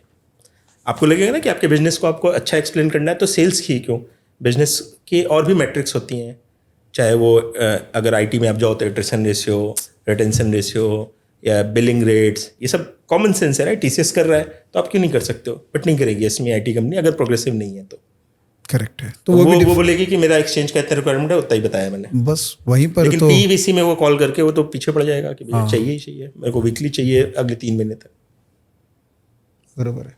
तो डिस्क्लोजर्स की quality is much better in PVC space. Viability survival, naturally PVC में आप अलग स्टाइल का गेम खेल रहे हो. 5% हिट होगा, 95% फेल होंगी. एसमी में एक्चुअली 20% भी फेल नहीं हो रही है, बट फॉर सेक के लिए भी मान लीजिए कि 20% फेल हो जाएंगे. एटलीस्ट स्टॉक आपका हो सकता है मेजर ड्रॉडाउन्स हो जाए, बिजनेस वाइबल हैं, चल रहे हैं, बट आपने 100 रुपीज़ डाले और 20 रुपीज़ बचे. वैसे टाइप के सिनेरियोज पॉसिबल हैं इन 1/5, but most of it survives. क्यों? क्योंकि ऑलरेडी प्रूवन मॉडल है, यूनिट लेवल इकोनॉमिक्स उनकी सॉर्टेड है. तो don't Y is anybody surprise. हमेशा लोग बोलते हैं छोटी कंपनी है बंद हो जाएगी, छोटी कंपनी है बंद हो जाएगी. बंद तभी होगी जब वो बंद होने के लिए आई थी. अगर वो जेन्युइन कंपनी है तो ऑलरेडी प्रूवन थी, बिना इक्विटी फंडिंग बिना डेट फंडिंग के, तो क्यों बंद हो जाएगी? और नहीं होती है. आप कोई भी डेटा देख लीजिए, यहाँ सर्वाइवल रेट काफ़ी अच्छा है. Governance naturally VC due diligence is fairly robust. Functional boards होते हैं, सबसे बड़ी बात है बोर्ड्स बहुत फंक्शनल है पीवीसी में. एसमी में most of the boards frankly name सेक हैं, क्योंकि अच्छे क्वालिटी के इंडिपेंडेंट डायरेक्टर्स बैठाना एसमी में बहुत टफ है. कुछ कंपनी है बट हार्डली 2-4% है. मैक्सिमम जगह आपको एक आराम से फीलिंग आ जाएगी कि फाइनेंस कमेटी भी बैठती नहीं होगी, वो फिजिकल दिखा करके सिग्नेचर हो जाता होगा, ऐसी फील आ जाएगी. Obviously there is no way for anybody to prove it, but वो बस कंपल्सन है इसलिए इंडिपेंडेंट डायरेक्टर बना दिए. But maybe you will know better. मुझे तो लगता है मेन बोर्ड में भी बहुत सारे बोर्ड नेम्स एक ही होंगे. Cost economics, unit level economics often not established, dependent on cash burn for scale before unit level profitability is achievable. SME investment, majority businesses have positive CFO and at least established cash profile unit level. तो इसमें आपको, जैसे अभी मैं वो jewellery company की बात कर रहा था, तो उस समय जब मेरे लिए इन्वेस्टमेंट थोड़ा मैं विद इन ग्रोथ भी वैल्यू हूँ, तो जिसको बोलते हैं ना कि थोड़ी ठंडी कंपनी 15p 20p वहाँ पे जाने की कोशिश करता हूँ. So this company was little exception for me because I did very late understanding of that and it was almost 60-70 trailing PE. तो मेरे लिए थोड़ा सा टफ था उसको. फिर मैंने थोड़ा PEVC से कंपेरेबल डाला क्योंकि quality of company was very good, segment was very good, etcetera etcetera. तो मैंने एक बहुत पॉपुलर कंपनीज़ के बारे में सुना, ये लास्ट वाले पॉइंट पे को इलेबोरेट करने के लिए. सो दिस लेडी, शायद नाम इस्टेब्लिश हो जाएगा, मेरा वो इंटेंट नहीं है. So ex Titan, very senior profile, early stage पे जिसने पूरा टाइटन का सेटअप किया था. She did a great startup in jewellery space. Okay. But वो स्केल, क्योंकि नेचुरली बड़ा गेम करने आए हैं, वो कोविड के समय हिट लग गया. और उसके बाद वो नंबर्स इतने गिर गए कि इन्वेस्टर्स बैकआउट कर गए. तो वो छोटे स्केल पे तो सर्वाइव हो जाती कंपनी, उस स्केल पे नहीं हो पाई और वो बंद हो गई.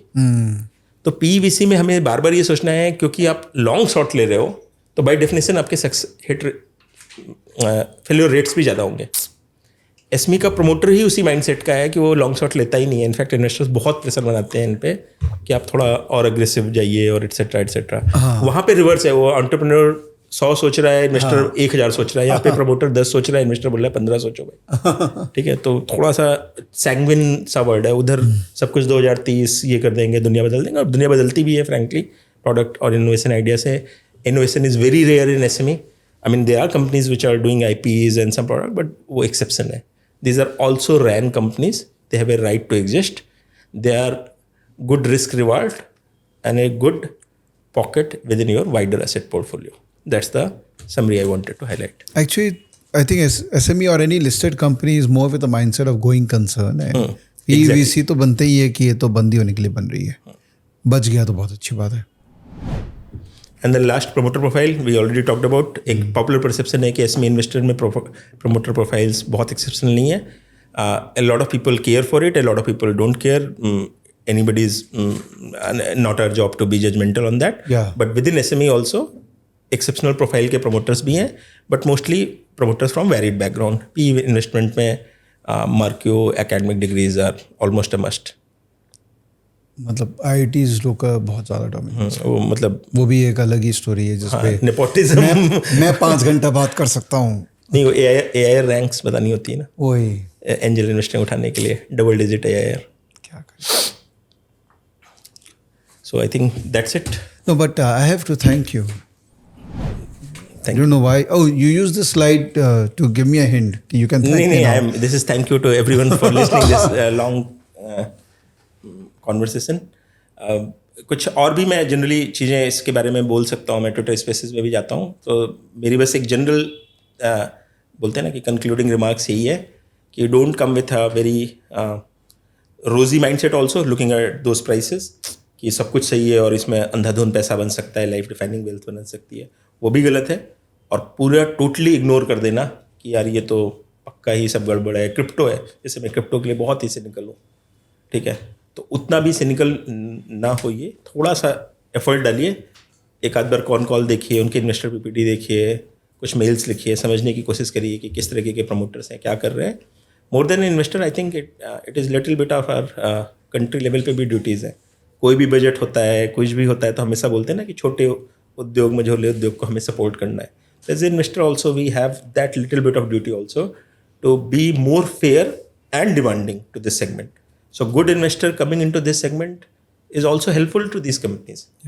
तो जैसा मैंने पहले बोला था, कॉन्ट्रोवर्शियल टेक हो जाएगा, जो सो कॉल्ड हम बैड एप्पल्स की बात कर रहे हैं, most of those bad apples are not driven because of companies are bad apples, because of type of investor encourage them to do short term steps.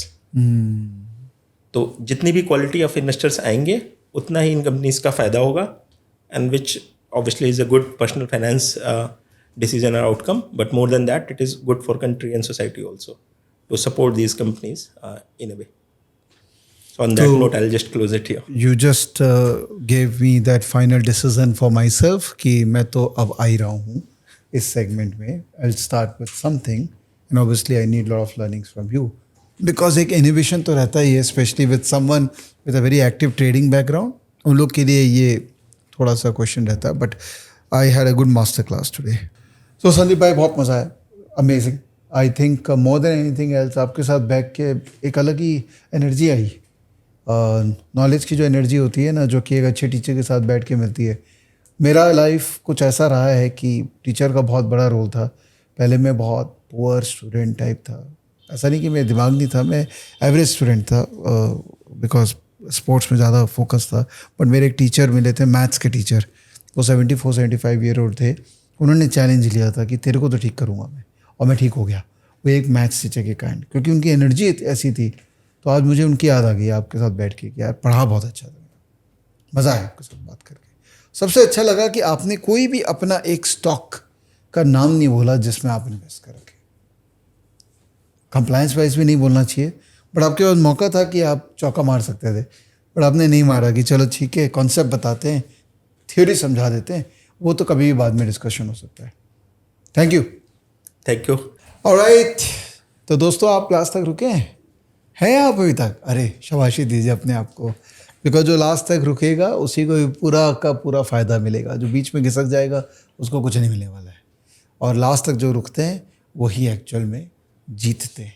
Trust me, जो लोग face to face को last तक देखे हैं ना, मेरे पास feedback है सबका कि सर लास्ट में आपने जो बात कही ना वो सबसे ज़्यादा रेलिवेंट लगी, कि पता नहीं कब क्या बात क्लिक कर जाए, काम में या दिमाग में.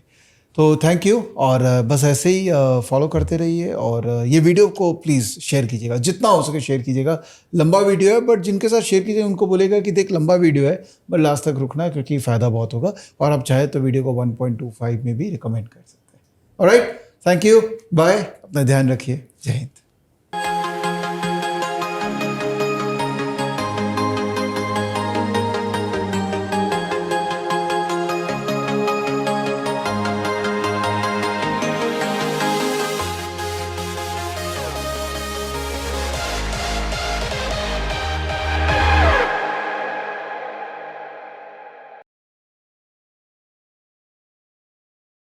Investments in the securities market are subject to market risks. Read all the related documents carefully before investing.